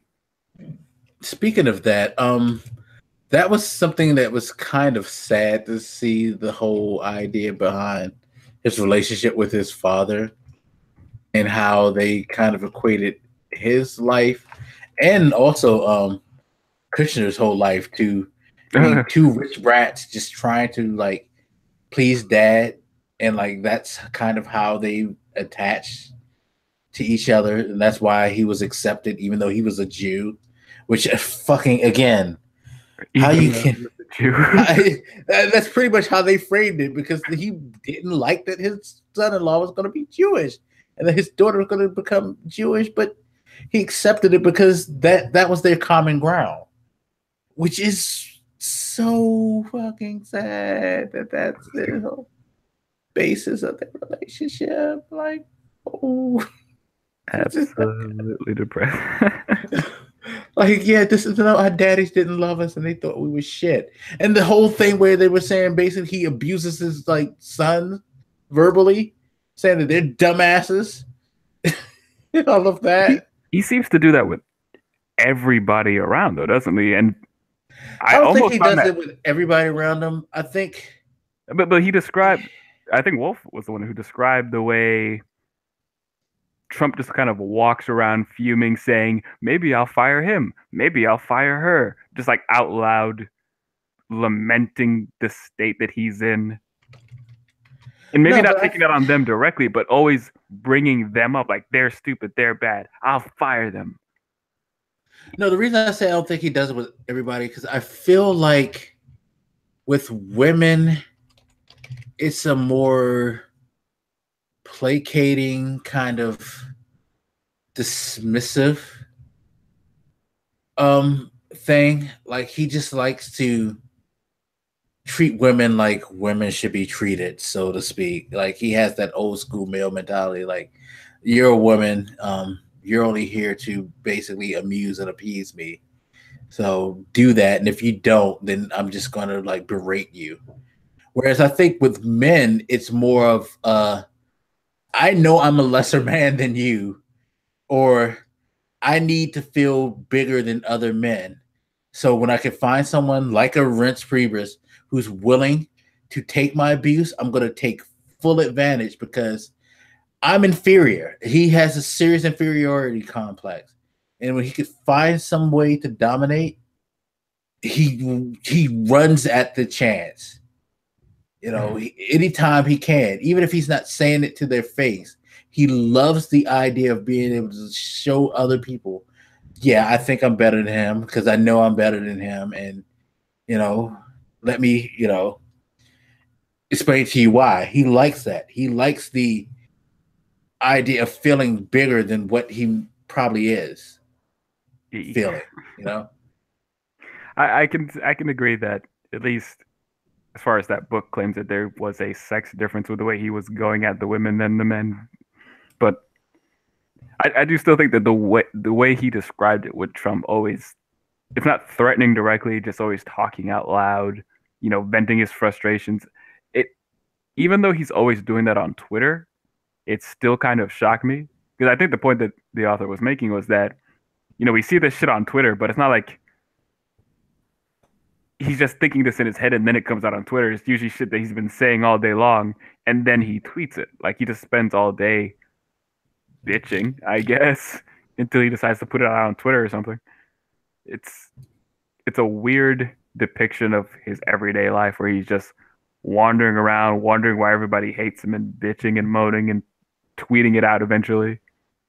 It's it on some very tiny depressing level almost made me sympathetic to him. Because it was a very sad and pathetic picture. I mean, maybe that didn't sound sympathetic the way I just said it, but it was a sad thing to think about. Uh, but the fact that he does that, just wonders out loud about firing people, I think goes to this bully mentality that he has. That's why he's always attacking. I don't know if it was this book that made the point, but he's always attacking individuals, not just institutions in general. Although sometimes he might pick out particular institutions, but like Mika Brzezinski, or I hope I pronounced her last name correctly, on MSNBC or whatever, Mika and Psycho Joe, as he called him. Yeah. When he talked about her having a facelift and bleeding badly, or even the way he attacked his election opponents, no energy Jeb, or whatever the fuck he called her, lying Ted. He's always, he has this bully instinct where he can find the thing that either they're sensitive about, or Yeah. they can point out to the rest of the public and get them to think about. Because once you say no energy Jeb, I'm sure a lot of, at least the Republican fan bases, or election bases, looking at that like, wow, he really is low energy. Or they're looking at Ted, Ted Cruz always put out this image of his life that just wasn't really true. He always came off as a liar because he's always masquerading as something that he wasn't. So when he was calling him lying Ted, I'm sure that resonated with a lot of Republicans, because, like, yeah, this guy is a liar. No, because Ted Cruz is known, I believe, for what the lies he told in New Jersey about the whole bridges and roads thing years ago. No, hold on, Ted Cruz, is that the one from New Jersey? That's Chris Christie. Is the one from New Jersey. What did Ted Cruz lie about? I'm trying to remember. But yeah, I'm sure there was a story, if I pull it up, that he was caught in a lie. Or Crooked Hillary, people, for whatever reason, have extreme levels of distrust for Hillary. Like, this bully instinct that he has to pick out that one thing and attack it it's disgusting, but it is one of his, I don't want to call it a gift, but I think he just spends all day bullying people because he feels like domination is the way of life. That's why he thinks that business and politics are a game of domination, because that's just the way he envisions everything. And I depressed myself by remembering that Mika thing, because that was horrific, what he had said. Yeah, because that was unnecessary, uncalled for. That was childish. But but he feels like anybody who disrespects him deserves to get, clapped back. Same thing with fuck was her name, Megan Fox or whatever. She asked a question that he didn't like, and he's like, I don't respect her. I don't have any respect for her. Like, he went at her. I don't even remember what the fuck she asked, but yeah. And it's I this don't know. spoiled nature of his. He doesn't understand that he can't just get whatever he wants. He, But that's how he feels. That's how he feels. That's really how he feels. He has no fucking. he seems oblivious of a lot. He doesn't understand why people don't like him, why he's not popular, why he can't just do whatever the fuck he wants. I remember it was one of those business friends of his that I think a few of them in the book that kept trying to explain to him, like, this is a different world. You can't just do what the fuck you want. They'll nail your ass to the wall. There's limits. There was, it couldn't have been Murdoch, but it was some of his more friends in the business realm, but also kind of understood politics because, they've gotten into some shit themselves. Like, they kept trying to impress upon him that this is not that world, and he just didn't give a shit. He really doesn't have just no. I won't say he doesn't have a conscience. I don't know. It's kind of hard for me because I would say he doesn't for have a me to conscience. say that he doesn't have a conscience would be to acknowledge that he understands what having a conscience is to begin with. And that's the thing. I feel like, again, we use this reference about him a lot, but I do feel like he's a child who hasn't been properly taught about certain things and has never had to face the idea of consequences truly, because he's always had people around him who bailed him out, from his parents, from them getting doctors to say that he couldn't go to the military because of like inane ailments, getting him through school, leaving him $1 billion, leaving his companies in the hands of people like, competent people. When his businesses have folded, all he's ever had to do was just file bankruptcy, and he's protected. None of his money is truly ever lost. He's lived in this like huge bubble where no matter, hell, even the porn star thing, paying her off, the 14 or so women or more who accused him of sexual harassment, he's never had to face a consequence, really, when you look at it, in his life. So is he aware of conscious decisions because he's gotten away with everything, almost everything, if not everything in his life? I would argue that he doesn't. I mean, like, not only does he get away with that, he doesn't even have to act like a professional because he doesn't work. I mean, he's one of those people that feels like his job is to be a personality. Yeah. Which I think part of his persona is the businessman, which I guess could convinced plenty of people, but he's not a businessman in practice. He's just committed to, if not wearing this persona, I guess maybe that's just what he's like, but he's used to just doing whatever the fuck he wants, not even really adhering to business norms all that much. He's known as a swindler and a liar in New York and shit. Like, so he's never had to even deal with business consequences, really. He doesn't give a shit. Like, yeah, he's gotten away with plenty of bullshit across the globe, not just in America. And it's like the book said, it's like it's easy to understand that when people give him a good idea, he goes with it because he doesn't really have an opinion. The healthcare thing again, he really wasn't thinking about that. He didn't really have an agenda with the tax thing, but Ryan was able to manipulate him enough, even though Ryan knew that this guy couldn't stand his ass and looked at him as like some self-entitled jackass who thought he was better than him, which he's right on both accounts. He's a self-entitled jackass. And yeah, he is better than Trump. But Trump is so fucking jealous of people who risen, like, even if it wasn't on their own, at least through their own work. It's like, yeah, Ryan may have come from, a nice background, but he busted his ass in school learning political science and things like that.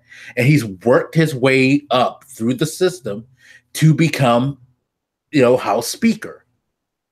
Even those words I don't feel like would resonate with Trump. Worked your way through. I don't think he's comfortable with the idea of being constrained by a system of any kind. Yeah. And he knows everybody looks at him as this guy who's been pretty much given everything. He was given his celebrity. It's not like he had to work hard. He just showed up at parties and he was this crazy guy with a lot of money and all these girls on his arm. And like people flock to money. People flock to crazy shit. That's not work. You fucking like in the social scene and people noticed you. That's not real work. I think that's part of the reason he's so prone to attack people who he feels like are disrespecting him, because he's very conscious of this laughter. I wish I would have written down this quote, because I heard it in one of these two books, and it was something like this insanely large number of times that he's referenced the idea that people are laughing at him in the public since like 1970 some or whatever. Like he's always had this sense that people are laughing at him, and he's referenced that idea many times over the last few decades in public. So he's acutely aware that he's not respected, and you can tell it bothers him to no end. I think that's why he harped on this whole idea that there's illegal immigrants voting, because he couldn't deal with the fact that he lost the popular vote to that lady. I mean, I think this haunts his thoughts at every waking hour of the day, that he's not respected. Yeah, no, because people have no real respect for anything that he's done, and that there's no legitimacy in their eyes. He hates the fact that people don't think that he's legit. And he's just got to deal. And we all talk about how he's always putting his own foot in his mouth, how he's always commenting on shit that he doesn't need to comment on. He does need to comment on it because his ego is that fragile. Sorry for the long link. I just want to know that's the book, just to make sure, because I actually signed up for a free 30-day trial of Audible just so I could snatch that book and listen to it. Yeah, I have an Audible subscription too, and but I used it on the other book and I paid for this one, which is no big deal. They're both good in very different ways. Actually, this one by Wolf gives you a, as you say, salacious but kind of inside view of what it's like in the White House all the time, whereas this other book is a very comprehensive overview of the nature of Trumpocracy, you could say. I think they're both very good for different reasons. And as I've gone through both of these books, I don't know if you've had the same sense, but I was shocked by the amount of stuff that I forgot happened. Like, they'll be going through something that happened at the end of 2016 or early 2017, and I'm like, man, the pure brute number of fucked up things that have happened as part of this Trump wave is so massive that you can't keep them all in your head. Just like scandal after scandal after scandal. I go through both of these books and I'm like, oh yeah, that did happen. I think it was just a couple hours ago I was listening to this Trumpocracy one, and he referenced Trump revealing secrets of the White House to whatever foreign power it was. And I remember that being a big news story. I'm like, oh my God, I can't believe I forgot that. If Obama did that, we would still be talking about it. And I barely even remember that this happened. Or, him saying he would give money to certain charities that never seemed to happen. I think one of them was, he got campaign contributions that he didn't really seem to use, like a lot of them. And I think they said that they would give the excess to whatever charities, and it seemed that no charity ever reported actually getting that money. And that's not the first time he's done shit like that. He does it a lot. Yeah, no, he's a deadbeat. And it's funny. I'm glad you brought that up, because it also goes to the whole lawyer thing. Remember how they were saying no law firm wanted to take up his defense for the whole investigation because he's been known to stiff law firms? You're talking to a billionaire who doesn't pay for his court cases. Yep. Like I can see my broke ass not paying because my broke ass probably can't afford it. So yeah, you're gonna have to come get me. Whereas he has the money. He has the fucking money and he doesn't pay anybody. And that he had to dig to one of the like worst law firms to get help. And again, it brings to light some of the defenses that his lawyers have made for some of the things that he's done over this year, or some of the like accusations that have been thrown his way about this Russian investigation. Though it's like, yeah, this is why these idiot like Stephen Dowd is a fucking moron. He sounds like one because he's from moron, and moron. You know, because he can't hire anybody who has sense. Anybody with real sense knows don't fucking work for Donald Trump. That's a bad sign when you're that rich and you still can't get over. Right. His money means nothing because he's a fucking deadbeat. Yes, and we know that. And but yeah, my main point there was just that fucking week by week we get caught up in each scandal after another, and it becomes hard to remember to take a step back. And I would love to see like a timeline of like every scandal. I'm sure it would be a quite dense timeline because it's like almost daily with this fucking guy, and yet, and I don't know if you have the same experience as you're going through. It's like just recalling a certain event and be like, oh yeah, that happened, and it was huge for like it was huge for like 2 or 3 days, and I look at that, I'm thinking if Hillary or Obama or even I would say even Bush on a lot of these cases had done one of these things, one of these maybe even hundreds at this point things, we would still be talking about it to this day. Yeah, no, not just to this day. For years, I mean, people are still saying that Obama's a foreigner, that he was never born in this country. Trump threw that shit out when? Like, it's been about 5 years. No, more than 5 years. He threw that shit like within the first couple of years of Obama's presidency. Yet people are still trying to say that he's not an American citizen. Yeah, if you look at polls, there's a surprising amount of people. I don't think he invented the idea, but he certainly helped popularize it quite a bit. Yeah, and it's just like that whole he's Muslim, he's son of a terror, like just a blatant number of untruths. It's and again, I don't mean to dwell on this, but to go through these books and be forced to recall this sort of timeline, it's just staggering when you take a step back and look at it.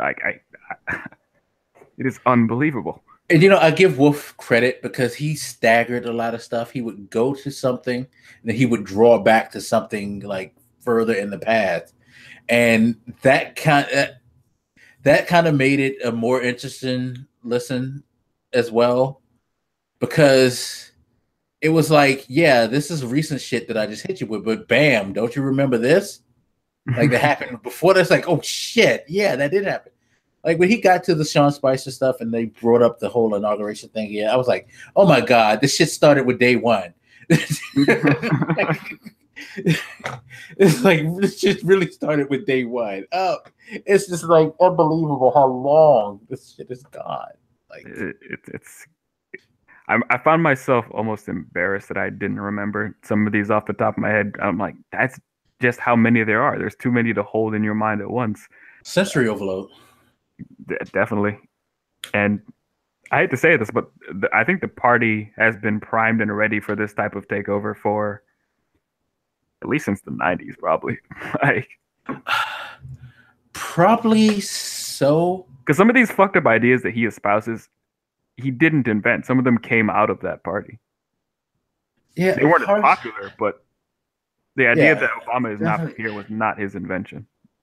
Partially, so because I think it came to a head though with the first run of Obama, because when the Tea Party came out, and it was like you just knew this was probably the end, like the beginning of the end for the Republican Party as we know it. because Sarah Palin and her ilk. Oh my god. Exactly. It's. I think it's something we should all do more. Is like take a step back like a decade or so and watch how we walked into this, because too many people think Trump just magically appeared and was able to take over that party. Like, no, there was problems in that party building up for decades now that Trump just happened to be the natural consequence of in the end, because they have been embracing horrifically stupid ideas for like at least 20 years. Yeah, all for power. And that's just the thing. Like becoming more and more extreme. Just to win. You let in the wrong people in order to win. When you let Sarah Palin in on that election, you validated all that bullshit. It's never turned seriously. I mean, because as I've said plenty of times, John McCain wasn't a bad man at that point. John McCain was actually very highly respected, and a lot of people, including myself, thought that he wouldn't have been a bad president had he run before he let Sarah Palin in and her Tea Party ideas. After he like conceded to that and went along with that, John McCain, his like whole like people still try to give that like image of like this is the respectable guy, the like politician who does the right thing for everybody, is willing to cross. It's like, nah, dude, you let Sarah Palin in. Yeah. How much trust do I have for you now? Because you opened the door. His image is certainly stained by that issue. But yeah, I as much as I'm lamenting Trump, both of these books are primarily about Trump, I have to acknowledge that this was almost inevitable, the way that party has been evolving the last couple of years, couple of decades, really. Just they continued to espouse crazier and crazier ideas to the point where somebody truly crazy came in and then they couldn't control it anymore. The way that Trump conquered Fox News is mind-boggling. Yeah, that whole thing about how he took over the mentality and like they just basically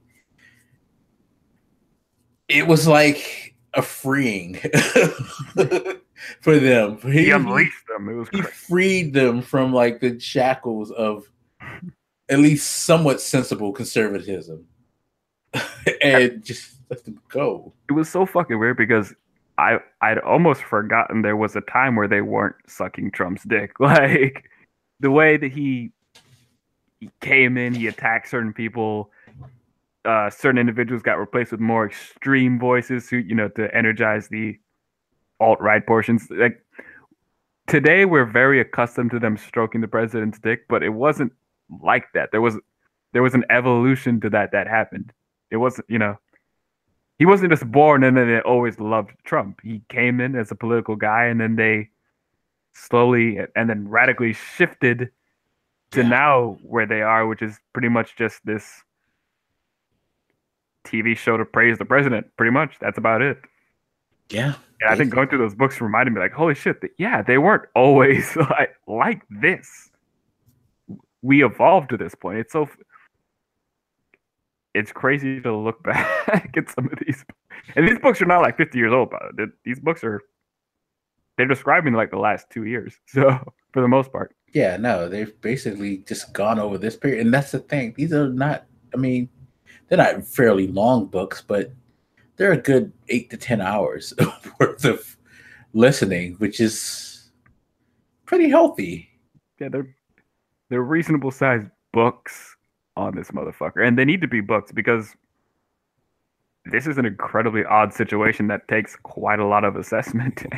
I feel like when the final book on this presidency is written, it's going to be encyclopedic. You're going to have to get volumes to go over the 2017 January through March. Right. You're really going to have to. You may end up having probably a bi-monthly, if not 3-month account of everything. Because again, going back to the articles I just read, I read off to you guys 4, 5 articles off one day and over 25 articles in the span of a week about shit that's gone down. That's insane. since he's been in office. Not all of them were about him, but I would say outside of maybe three, like the Korea thing, the Trans-Pacific thing. Actually, yeah, that's it. Everything else is all fucking based around his policies, his administration. Um, you might want to say the government shutdown wasn't about him, but it reflected around him because of the way he handled it I in mean, it the was largely. negotiation process. We go back a couple weeks. A lot of that started. This has been a problem. This whole DACA situation for a while, but tensions rose to a high with that fucking immigration comment he had. You know, these people from these shithole countries. There was a reason we were all talking about that for like a week. Yeah, It culminated. It was a big factor in this breaking down.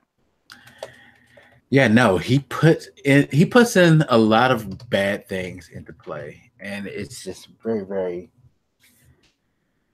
crazy. It's crazy. I hope people are still more able than me, to really appreciate that this is not fucking normal.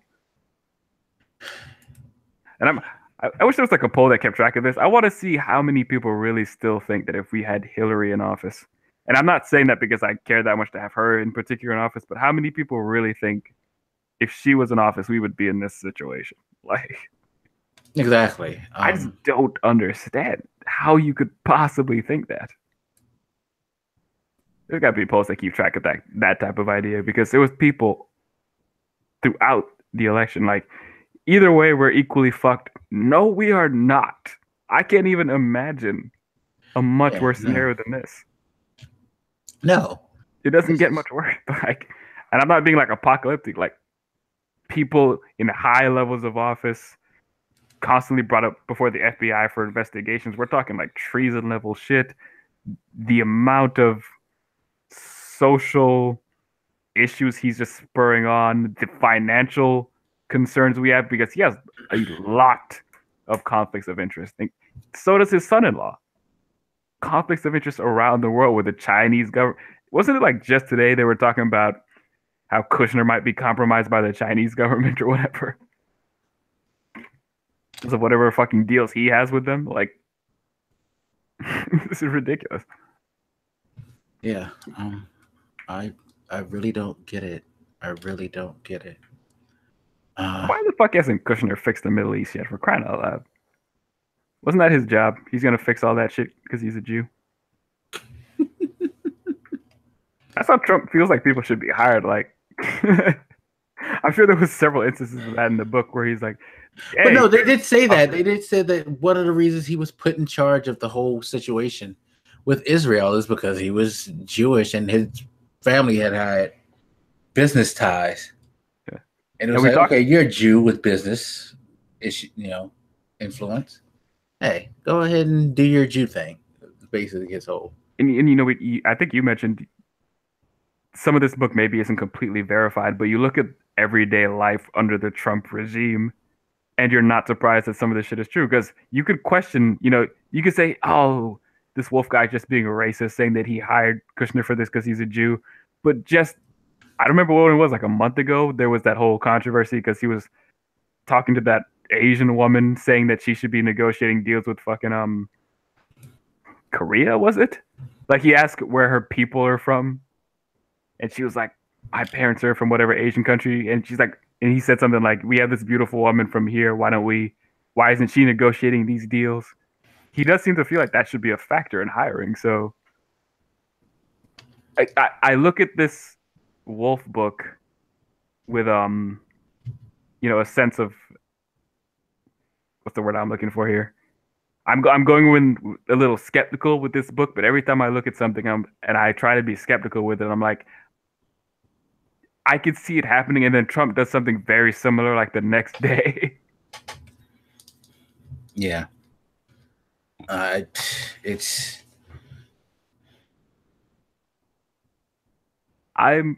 said, I'm still not. I don't know what the fuck to think about this claim that there's something about an affair in the book, but because I saw when he did that interview with Bill Maher the other day, and he claimed that In general, there's been a talk that maybe he's having an affair with somebody in the White House. I don't know what the fuck to think about that. It's Kelly. Everybody knows it's Kelly. Come on. Oh, for a second I thought you meant the dude Kelly. I was like, what? Maybe.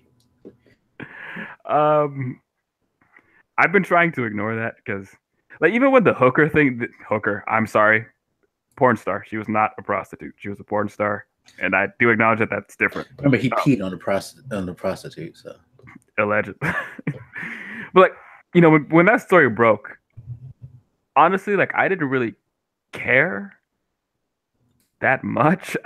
I guess because there's so much other shit. The notion that he cheated on his wife is not remotely surprising or even interesting in comparison to the more policy affecting things. So I tended to ignore that story for the most part. And now we're talking about him fucking somebody in the White House. And then there was that thing about Melania not going to wherever the fuck with him now. I don't know if we're supposed to take from that his marriage is on the rocks, as if he gives a shit about that. Like, he doesn't have a marriage full of love or anything. Not to be a dick, but they describe it in that book, right? Like, his family relations aren't what you would think. Like, he barely ever sees his wife was one of the points in that book. Yeah. I think it was in that book, at least, that he rarely sees her. He's always just like between one of his random buildings. He might go a few days without even talking to her. That even his relationship with Ivanka is more for show than for real. Yeah, I found it weird that they said that they think that Hope is more of a daughter to him than his daughter.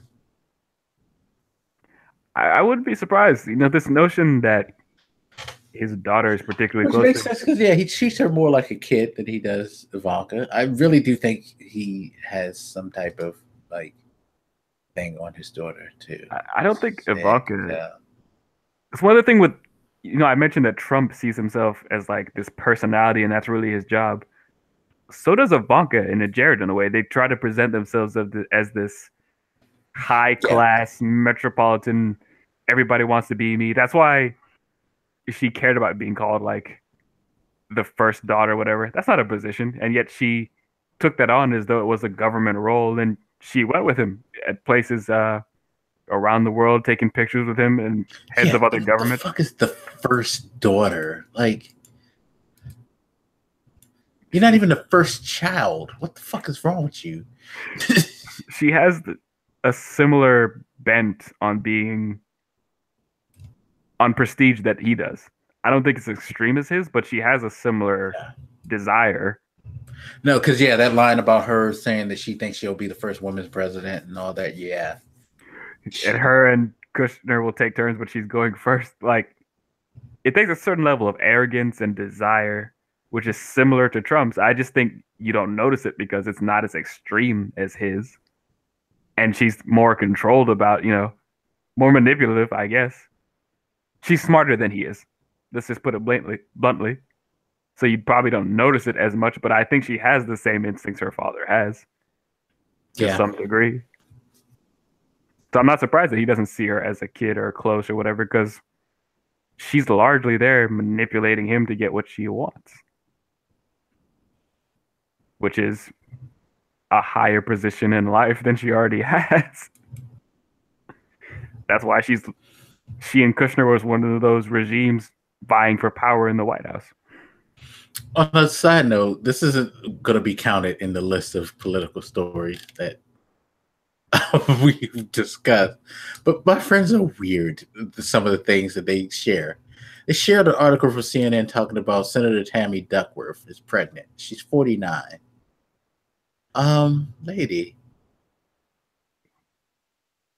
Who the fuck is Tammy Duckworth? Now, she's significant because she's one of the people who were the first to come out and she basically ripped Trump the new one. She's the one who called him a draft dodger, basically.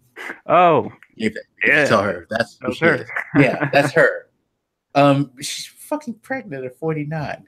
Good Lord, lady. I mean, when you're living under the Trump regime, you got to relieve stress somehow, and fucking is one way. That speech must have turned her husband the fuck on. He was like, "Oh my god, you was so full. I need to take you now." And now he's probably like, "Shit," because it's only it's their second child, but 49. That kid better not be sick because they're not getting that chip shit. Oh fuck yeah! Yes, you're damn it. No healthcare for your child. And this is what I'm talking about with the Republican Party. Like they've gone so. As I recall, I think they supported that originally. They supported the chip program that was bipartisan, wasn't it? Am I misremembering? Chip was supposed to be. But the thing about Chip is, remember, the Democrats begged them in October when it was expiring. Please don't let this expire. Please don't let this expire. Please don't let this expire. Republicans are just like, no habla English. But I mean, the point I was going to make there is that they are becoming increasingly extreme to the point where denying children, healthcare is a reasonable position for them. And then to flip it back, and this is saying y'all don't want to protect the kids now. Like, motherfucker, you could have taken care of this months ago. Why is this even still an issue? It is the most disturbingly cynical approach to politics. I'm sure people are like, well, politicians are always like this. There's corruption in politics, but come the fuck on. This is not the same. That's negligence. That's complete negligence and disregard for people. That's all it is. It's just like, why are you doing this? Why are we in this world? And that's one more reason I am not confident about a bounce back after the Trump thing disappears. Because again, he's more of a terrible symptom of this problem that they fucking have, is their increasing callousness towards citizens. They're increasing interest more in money than helping anybody. And now their lack of stability, because they're supporting like this whole, the fact that a lot of people on the right seem to think like, yeah, we should be friends with Russia. They're taking up ideas that they have, being willing to spend a metric fuck ton of money on a fucking wall. These are not positions they would have taken like 5-10 years ago. Maybe 5, but these are not like Republican conservative positions that they normally take. The way he was able to bend the fucking evangelical voters to his whim, even though he's the most supposedly unchristian motherfucker ever. Multiple divorces. Probably have had a couple of abortions in between there, here and there. Doesn't go to church.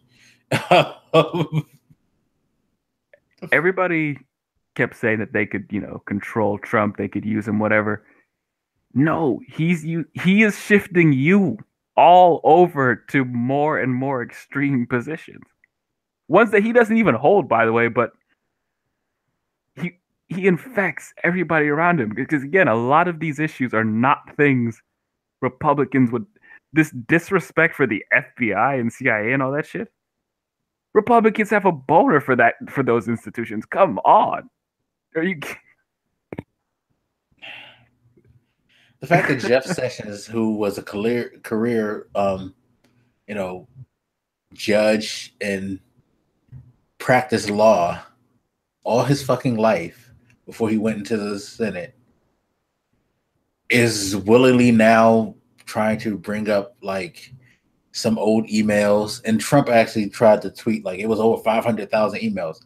I highly doubt that guy was sitting at his desk just typing like thousands of emails within the time that he was in the FBI when you took office.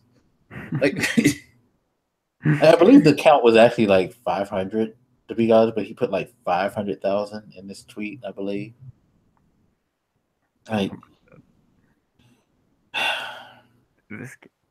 and people are swallowing it. It's almost impressive the way, because I brought up that Fox News thing to show like he seems to be able to just bend at least certain people to his whim.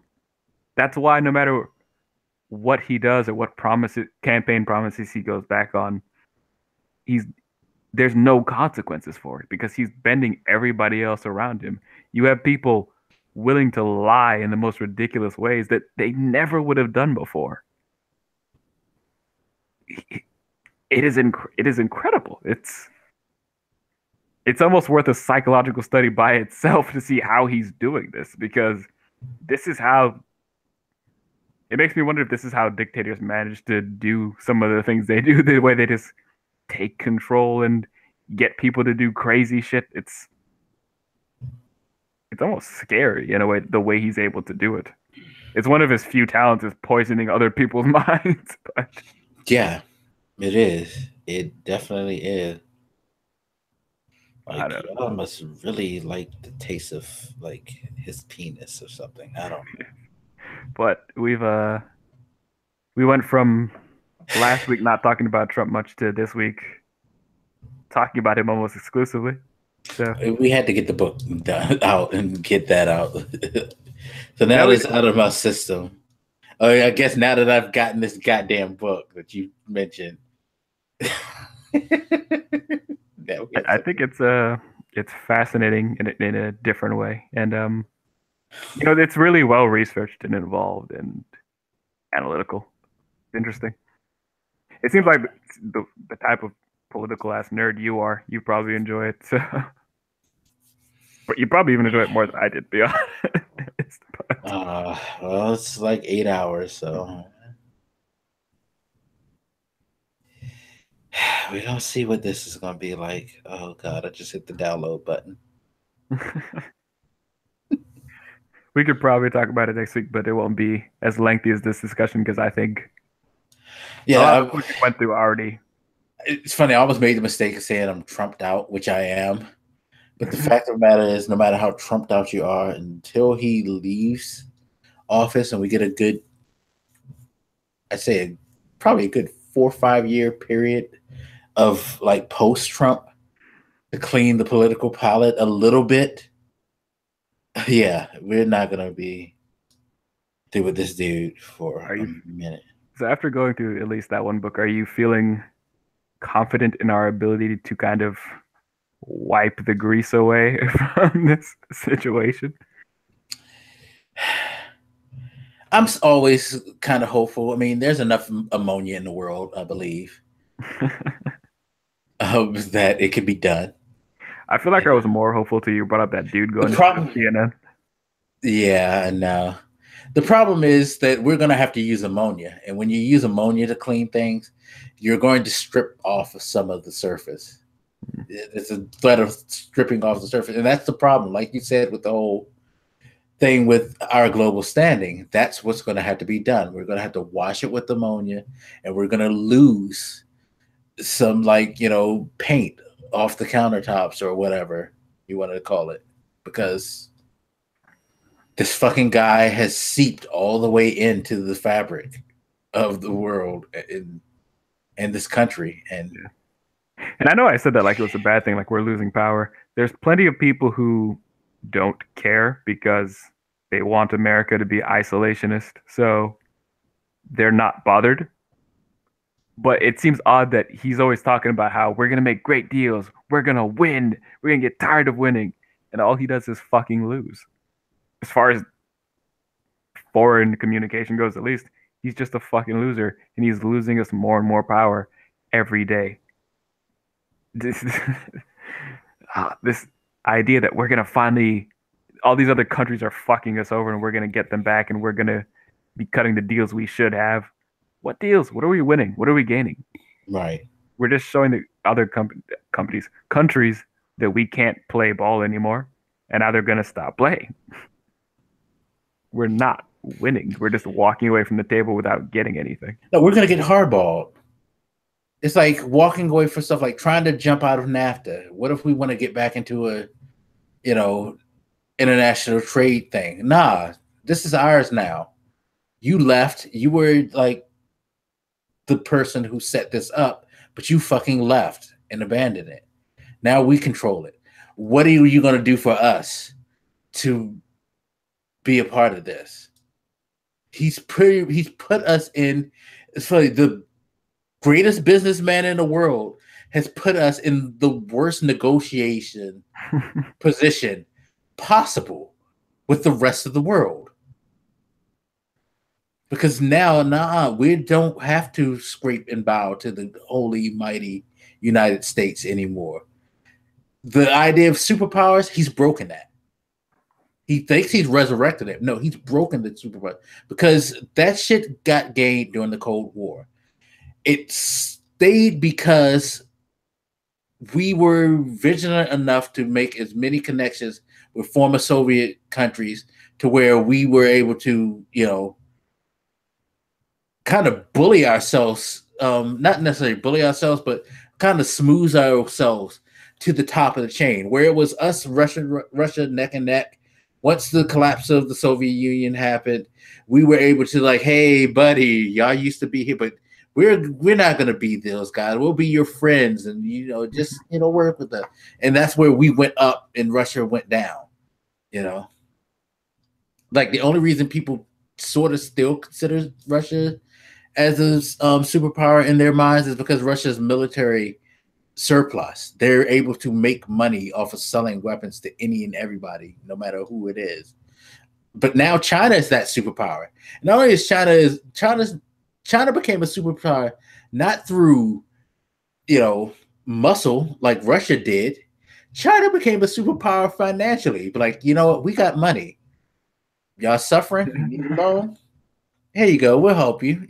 Don't worry about the interest rate. We'll talk about that later. China's the fucking mafia. Yeah. And they give you an offer you can't refuse, and you fucking have to come back. And when, like Don Corleone says, "I'll ask you for I'm doing you this favor. I'm going to expect a favor in return. May not be now, may not be anytime soon, but I expect that favor to fucking be honored when I call it in." China starts to like get to the point where they feel like, you know what, we need to start calling in American debts. All bets are off. So yeah, we're done as the preeminent superpower. We need to stop thinking of a superpower and kind of move to the shift the way the rest of the world thinks, and like we're just a part of the group. That is what we need to do now. And I do feel like it's a problem to move. Like, I think we were talking about it earlier. I think we can certainly talk about whether America having such a super powerful position is appropriate. That is an interesting conversation. I feel like I need to think through more first. But the fact that we are moving down is the point I want to focus on, because the fact is we're losing power from this guy who told us we're going to win. That is a problem. All he did is say we're going to win. We're going to, these guys are bending us over and, fucking us. We're going to finally cut the deals we deserve to have. What deals? There's no deal. There's been times he's tried to like hardball them and it's backfired. And he's just going to keep doing this for like the next 3 years. We're only a quarter through the presidency and he's already doing insane damage to our global reputation. And there's people who probably think, oh, reputation doesn't matter. Well, you don't have any appreciation for global commerce and trade and the importance of global standing and relationships. This is the problem with the American-only stance. Not, America first, America only, America alone, I think Frum calls it. This idea that we're an island, fuck everybody else. You're going to see how bad that hurts. I think we've gotten too accustomed to being on top of the world. So we don't appreciate our position because for most of us, we've always had it. You talked about us gaining this as a result of the Cold War thing. Most of us weren't alive during the Cold War, so we don't appreciate. No, we gained our position because people were scared of Russia, and they were like, yeah, we'll deal with you because you seem more sensible, not realizing what ended up happening in some cases because some of the deals weren't as sensible with some of the presidents, but it was better than dealing with Russia. We were better than dealing with Russia. That is our position of superpower. But for what flaws we do have, we have been good ideologically to deal with. Like, we have our flaws and we've done bad things in the world, but generally speaking, our values, freedom, democracy in general, those aren't bad things to want to inspire the rest of the world toward. Unfortunately, and probably correctly, I'm sure Germany now is being seen as more of a democratic leader than we are. Yeah, they are. In a lot of ways, rightfully so. And it shouldn't be that way, but yeah, Merkel is now looked at as the voice of the free world. Fucking German. Yeah, I've always said that, and I say that to my friends all the time, and they don't realize the gravity of it. But it's like, think about what Germany came from. I mean, hell, think about like their like deepest, darkest ancestors, the Teutons. They were considered barbarians of Europe. Did nothing but like rape. They were like the fucking Huns of Europe, just going around smashing everybody, like killing, pillaging, rape, whatever. And they had to be like smacked down by Rome and other places, and then they rose back up in the like to the early 1900s, where fucking Kaiser and shit coming through. They like became fucking military geniuses with weapons and all that, and created shit like tanks and fucking rockets and all this through the first two world wars. And I mean, the nuclear bomb is because of fucking Germany. They got Germans to build the nuclear bomb because Germans knew how to fuck shit up. And now they're so peaceful, and they don't like hate, and they despise people who are hateful, and they are punishing and brutal against people who want to do things to hurt society in the world. And they're all about, let's all, get along. It's just like, you know what? You sure you're German? What I'm about to say both makes me feel good and incredibly depresses me, but that story gives me hope for us, because it makes me think that, I'm sure more recently Germany has suffered the shame of the Holocaust, which is an incredible shame, but it probably helped push them toward a more liberal stance. Hopefully after this period we're going through, we can bounce back too. So that gives me a sense of hope. But the fact that I'm looking to fucking Germany for that hope should depress everyone here. We have always been the ones who have been inspiring the rest of the world with our sense of liberalism and democracy and shit. And the fact that I'm looking outside of the country for inspiration. That's no disrespect to Germany, by the way. I mean, if you're German or you are of German ancestry, I'm not trying to be disrespectful, but the history. Yeah. We all know the history. And again, to Germany's credit, they acknowledge, like, yeah, we fucked up, but we're actually doing better, and we're fixing shit, and we're going to continue to make sure we don't fuck up again. So, yeah, that was for them mostly meant as a compliment. I just meant you. No, I'm just saying, because we are like the whole how we've all talked about like their history and things like that. It's not to say like you're just totally like a bad country. It's just that you guys rose from a position. I would say it's incredibly impressive, but I want us to be the ones inspiring the world. But see, the thing is, we shouldn't, because we were that. That's the problem. At some point in our history, we kind of were that, or at least we had the perception of being that. People would talk about the reason, the whole immigration thing. Why do immigrants come here? Because everybody bought into the whole, this is the place of like life, liberty, and the pursuit of happiness. Anybody can come to this country and make themselves something and be a part of something great. You aren't denied opportunities. That whole fucking spiel that we've been saying for decades and decades. And it's just like, this guy has pulled the cover off and was like, yeah, it's just a fucking lie. It's all a fucking lie. It is depressing. And again, my main point is I shouldn't look at other countries. Last year, or maybe it was 2016, Emmanuel Macron, the French president, he put out this video that was like inviting American climate scientists, to come work there because they actually respect fucking science and believe in climate change. And I looked at that and I'm like, I get what you're doing. That's nice and all, but it felt like a slap in the face when I watched it because it's like you are putting out there the fact that this country and not just the country, the administration, a lot of it denies climate change, denies science.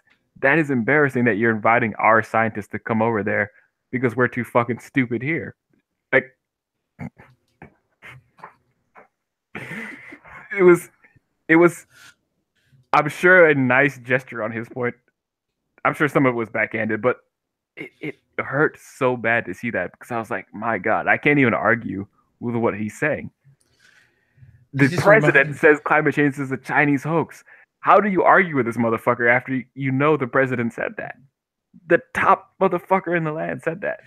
The fact that he said it's a Chinese hoax again shows like how lacking this guy is in his knowledge, because he's basing that off of the recent history of China with the air pollution and all of that, and the things that they're saying that's causing them to have issues that they're having with air, quality and all of that. But this shit was documented decades ago from scientists all over the world. It's not like the whole ozone layer thing started. That shit started when I was a fucking kid. We were aware of that. Do you not understand this? This wasn't something that China just came on like, hey guys, want to hear a funny story? Like, no. Or like the immigration thing, how Canada, when they like made the announcement that if you're somebody from one of the countries that he banned, you could come here. I know a lot of people like to talk about how Canada is pretty much similar. One person tried to like roll out the lie that Canada has worse immigration laws than America, which isn't true. They're actually very, very similar in everything that they require as of now. That is.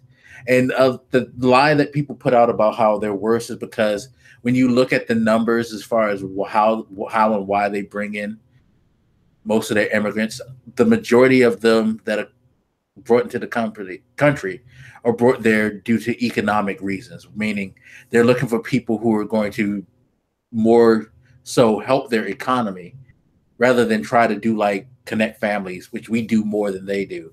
It's a significant percentage between those two, but at the same time, I feel like it's a more misleading stat to make it seem like they're worse because they're bringing people over there who want to learn how to do certain jobs that help their economy and their whole ecosystem. Yep. How is that a bad thing? I mean, it's bad. They're giving people the opportunity to learn and work in these positions. Why don't we do that? And they're gaining from it economically, which we don't seem to understand. It is that we see immigrants as people who just come and suck off the teat of the American, social system where they're just getting money or something. If done right, they're true contributors to our economy. This idea that they're just these leeches coming over and sucking off all the stuff is just stupid. And plus, you want a young, diverse group of people coming here to work. That helps the economy. Yeah, it's not that complicated. And again, what being patriotic should mean? It shouldn't mean sucking, the military's dick and throwing them out there as tools. It shouldn't mean pretending that America is just so star-spangled awesome all the time. It should mean wanting the country to be better and better and better every day. It should mean wanting us to be smarter, richer, whatever. We shouldn't be looking with envy at fucking Germany.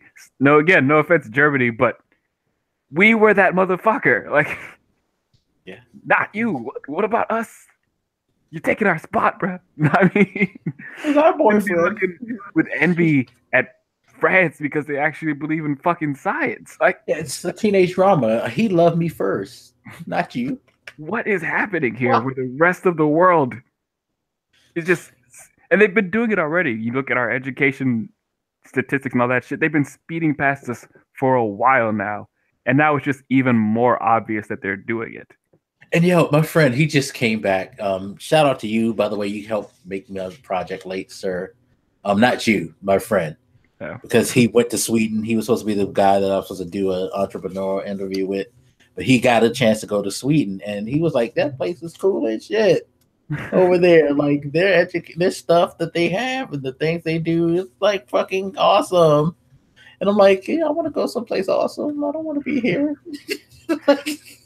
When Trump got elected, I joked about moving out of the country, and then I was like, it might not actually be that bad of an idea. I feel like when I was younger, at You would least. be a god in some European because you're a programmer, you're young, so that's what a lot of countries like Canada want: young, intelligent, hardworking people who can be a benefit to society, not just be here, just to be here.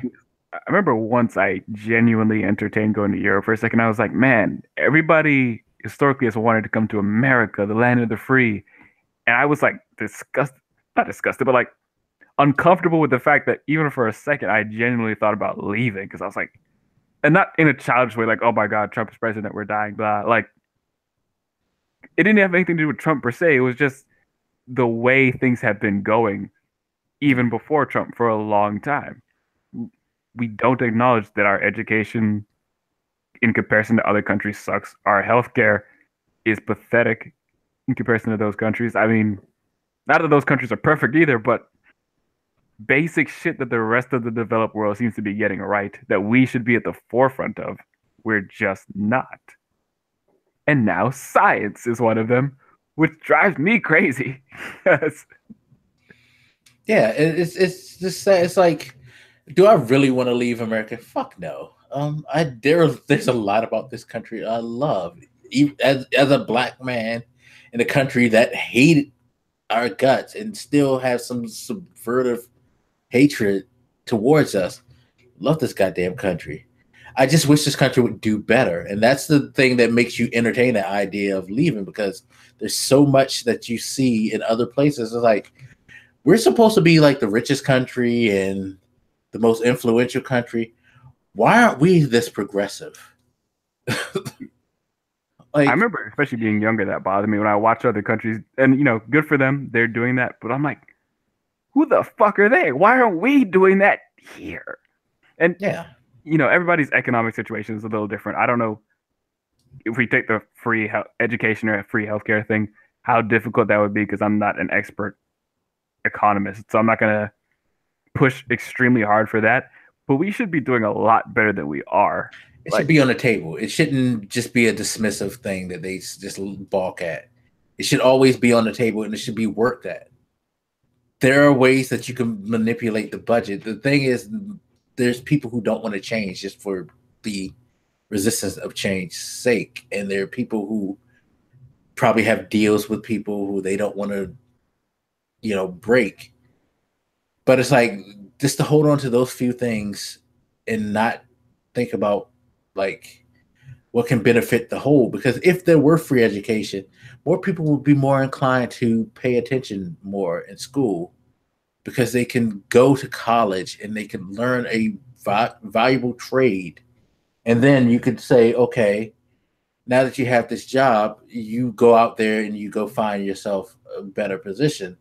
That way you don't have to end up, like I was talking to somebody today about that, how like around here, they legitimately let people get out of high school. They'll negotiate where if you could get at least a 1.7 grade point average, you can graduate. Mm. They don't even want you to be a C student anymore. Okay. I was just thinking about like 1.7. That's okay. They don't want you to be a D plus is acceptable.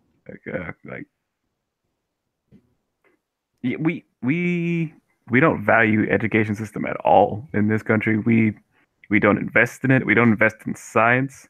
Because we talked about China polluting and shit, but I think that they've been investing in clean energy stuff heavily recently. They have windmills. They have windmill electricity. Hello, people here. So I think that's what killed me. Like the idea, it's a Chinese hoax. To do what? Because even they're acknowledging that this is a problem and they're trying to fix it. So, and they're going to great pains. They invest in that. I think they're one of the bigger investors in like biotechnology and shit. Like other countries are investing a lot in important shit, and we just don't at all. We cut funding for science, as a matter of fact. You just reminded me. they said that apparently he signed an order to cut something that had to do with solar energy. So solar energy research and funding is going by the wayside because he wants to stick with coal and natural gas. Like, the fuck? This is why people move past us. They actually invest in this shit, and we can't be bothered to spend a dime on things that matter. The basic notion of being like, fiscally conservative is fine. You should spend money as sparingly as you can, as efficiently as you can on things that matter. We just don't know what the fuck matters, I guess. Education matters. Having a healthy public matters. Having a strong science background in your country matters. Too many people in this country are just completely scientifically illiterate. They don't know basic shit. I know. I just looked at the clock and I just realized I blew way past my time. I said I had time constraint, but this book definitely just brought about like a lot of things to really think about. And I'm glad we had this discussion because it just made us like just realize just how much this guy is affected. Like, again, the book's salacious as hell, but isn't this whole administration and with everything that's going like seemingly salacious in its nature? Like, you don't want to believe that it's something true, but it's actually happening, and it's causing, as you can see from what we've said, it's causing a lot of different effects, a lot of different areas, and it shouldn't be that way. And some maybe not as obvious, but still important.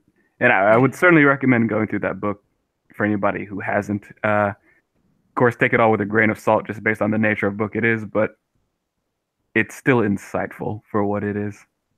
Yeah, definitely. It definitely does paint a interesting picture of this White House. So we're about to give closing remarks. Yeah, so again, thank you everybody for watching. Hopefully you enjoyed this very long episode. I think we're moving in on at least 3 hours. Jeez. Oh man. But that book had a lot. It was very insightful, even beyond this nature. Remember, we're every Tuesday, so check us out. I'm tired. Do you have anything to say to the people? I was listening to a talk, I think, from the author. Yeah, the author of that other book, Trumpocracy. And somebody had said something like, this whole Trump situation has made me realize how much I love America because, I'm watching this motherfucker like dismantle it. The act of watching him tear down all of it makes you realize like how much you love it and how much you have to lose. And I'm starting to agree with that. I think this country is wonderful in many ways that aren't appreciated by a lot of people. And this motherfucker's tearing it apart.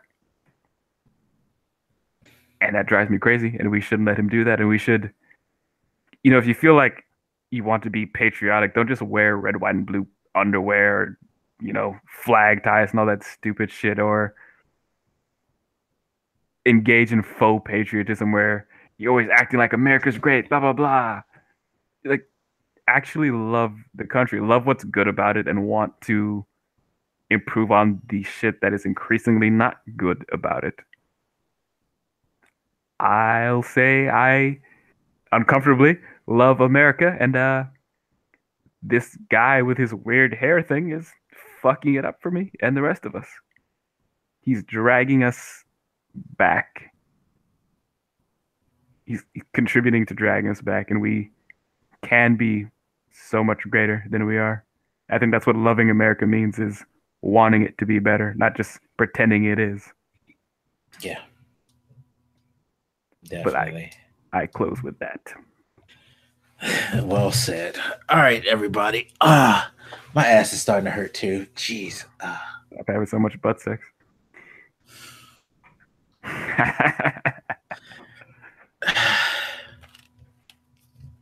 That was my closing. Oh, man, you are a piece of shit. You know that? All right. All right. You know you want it. Anyway, thank you again for listening. We'll catch you next time on a Reborn. Peace, everybody.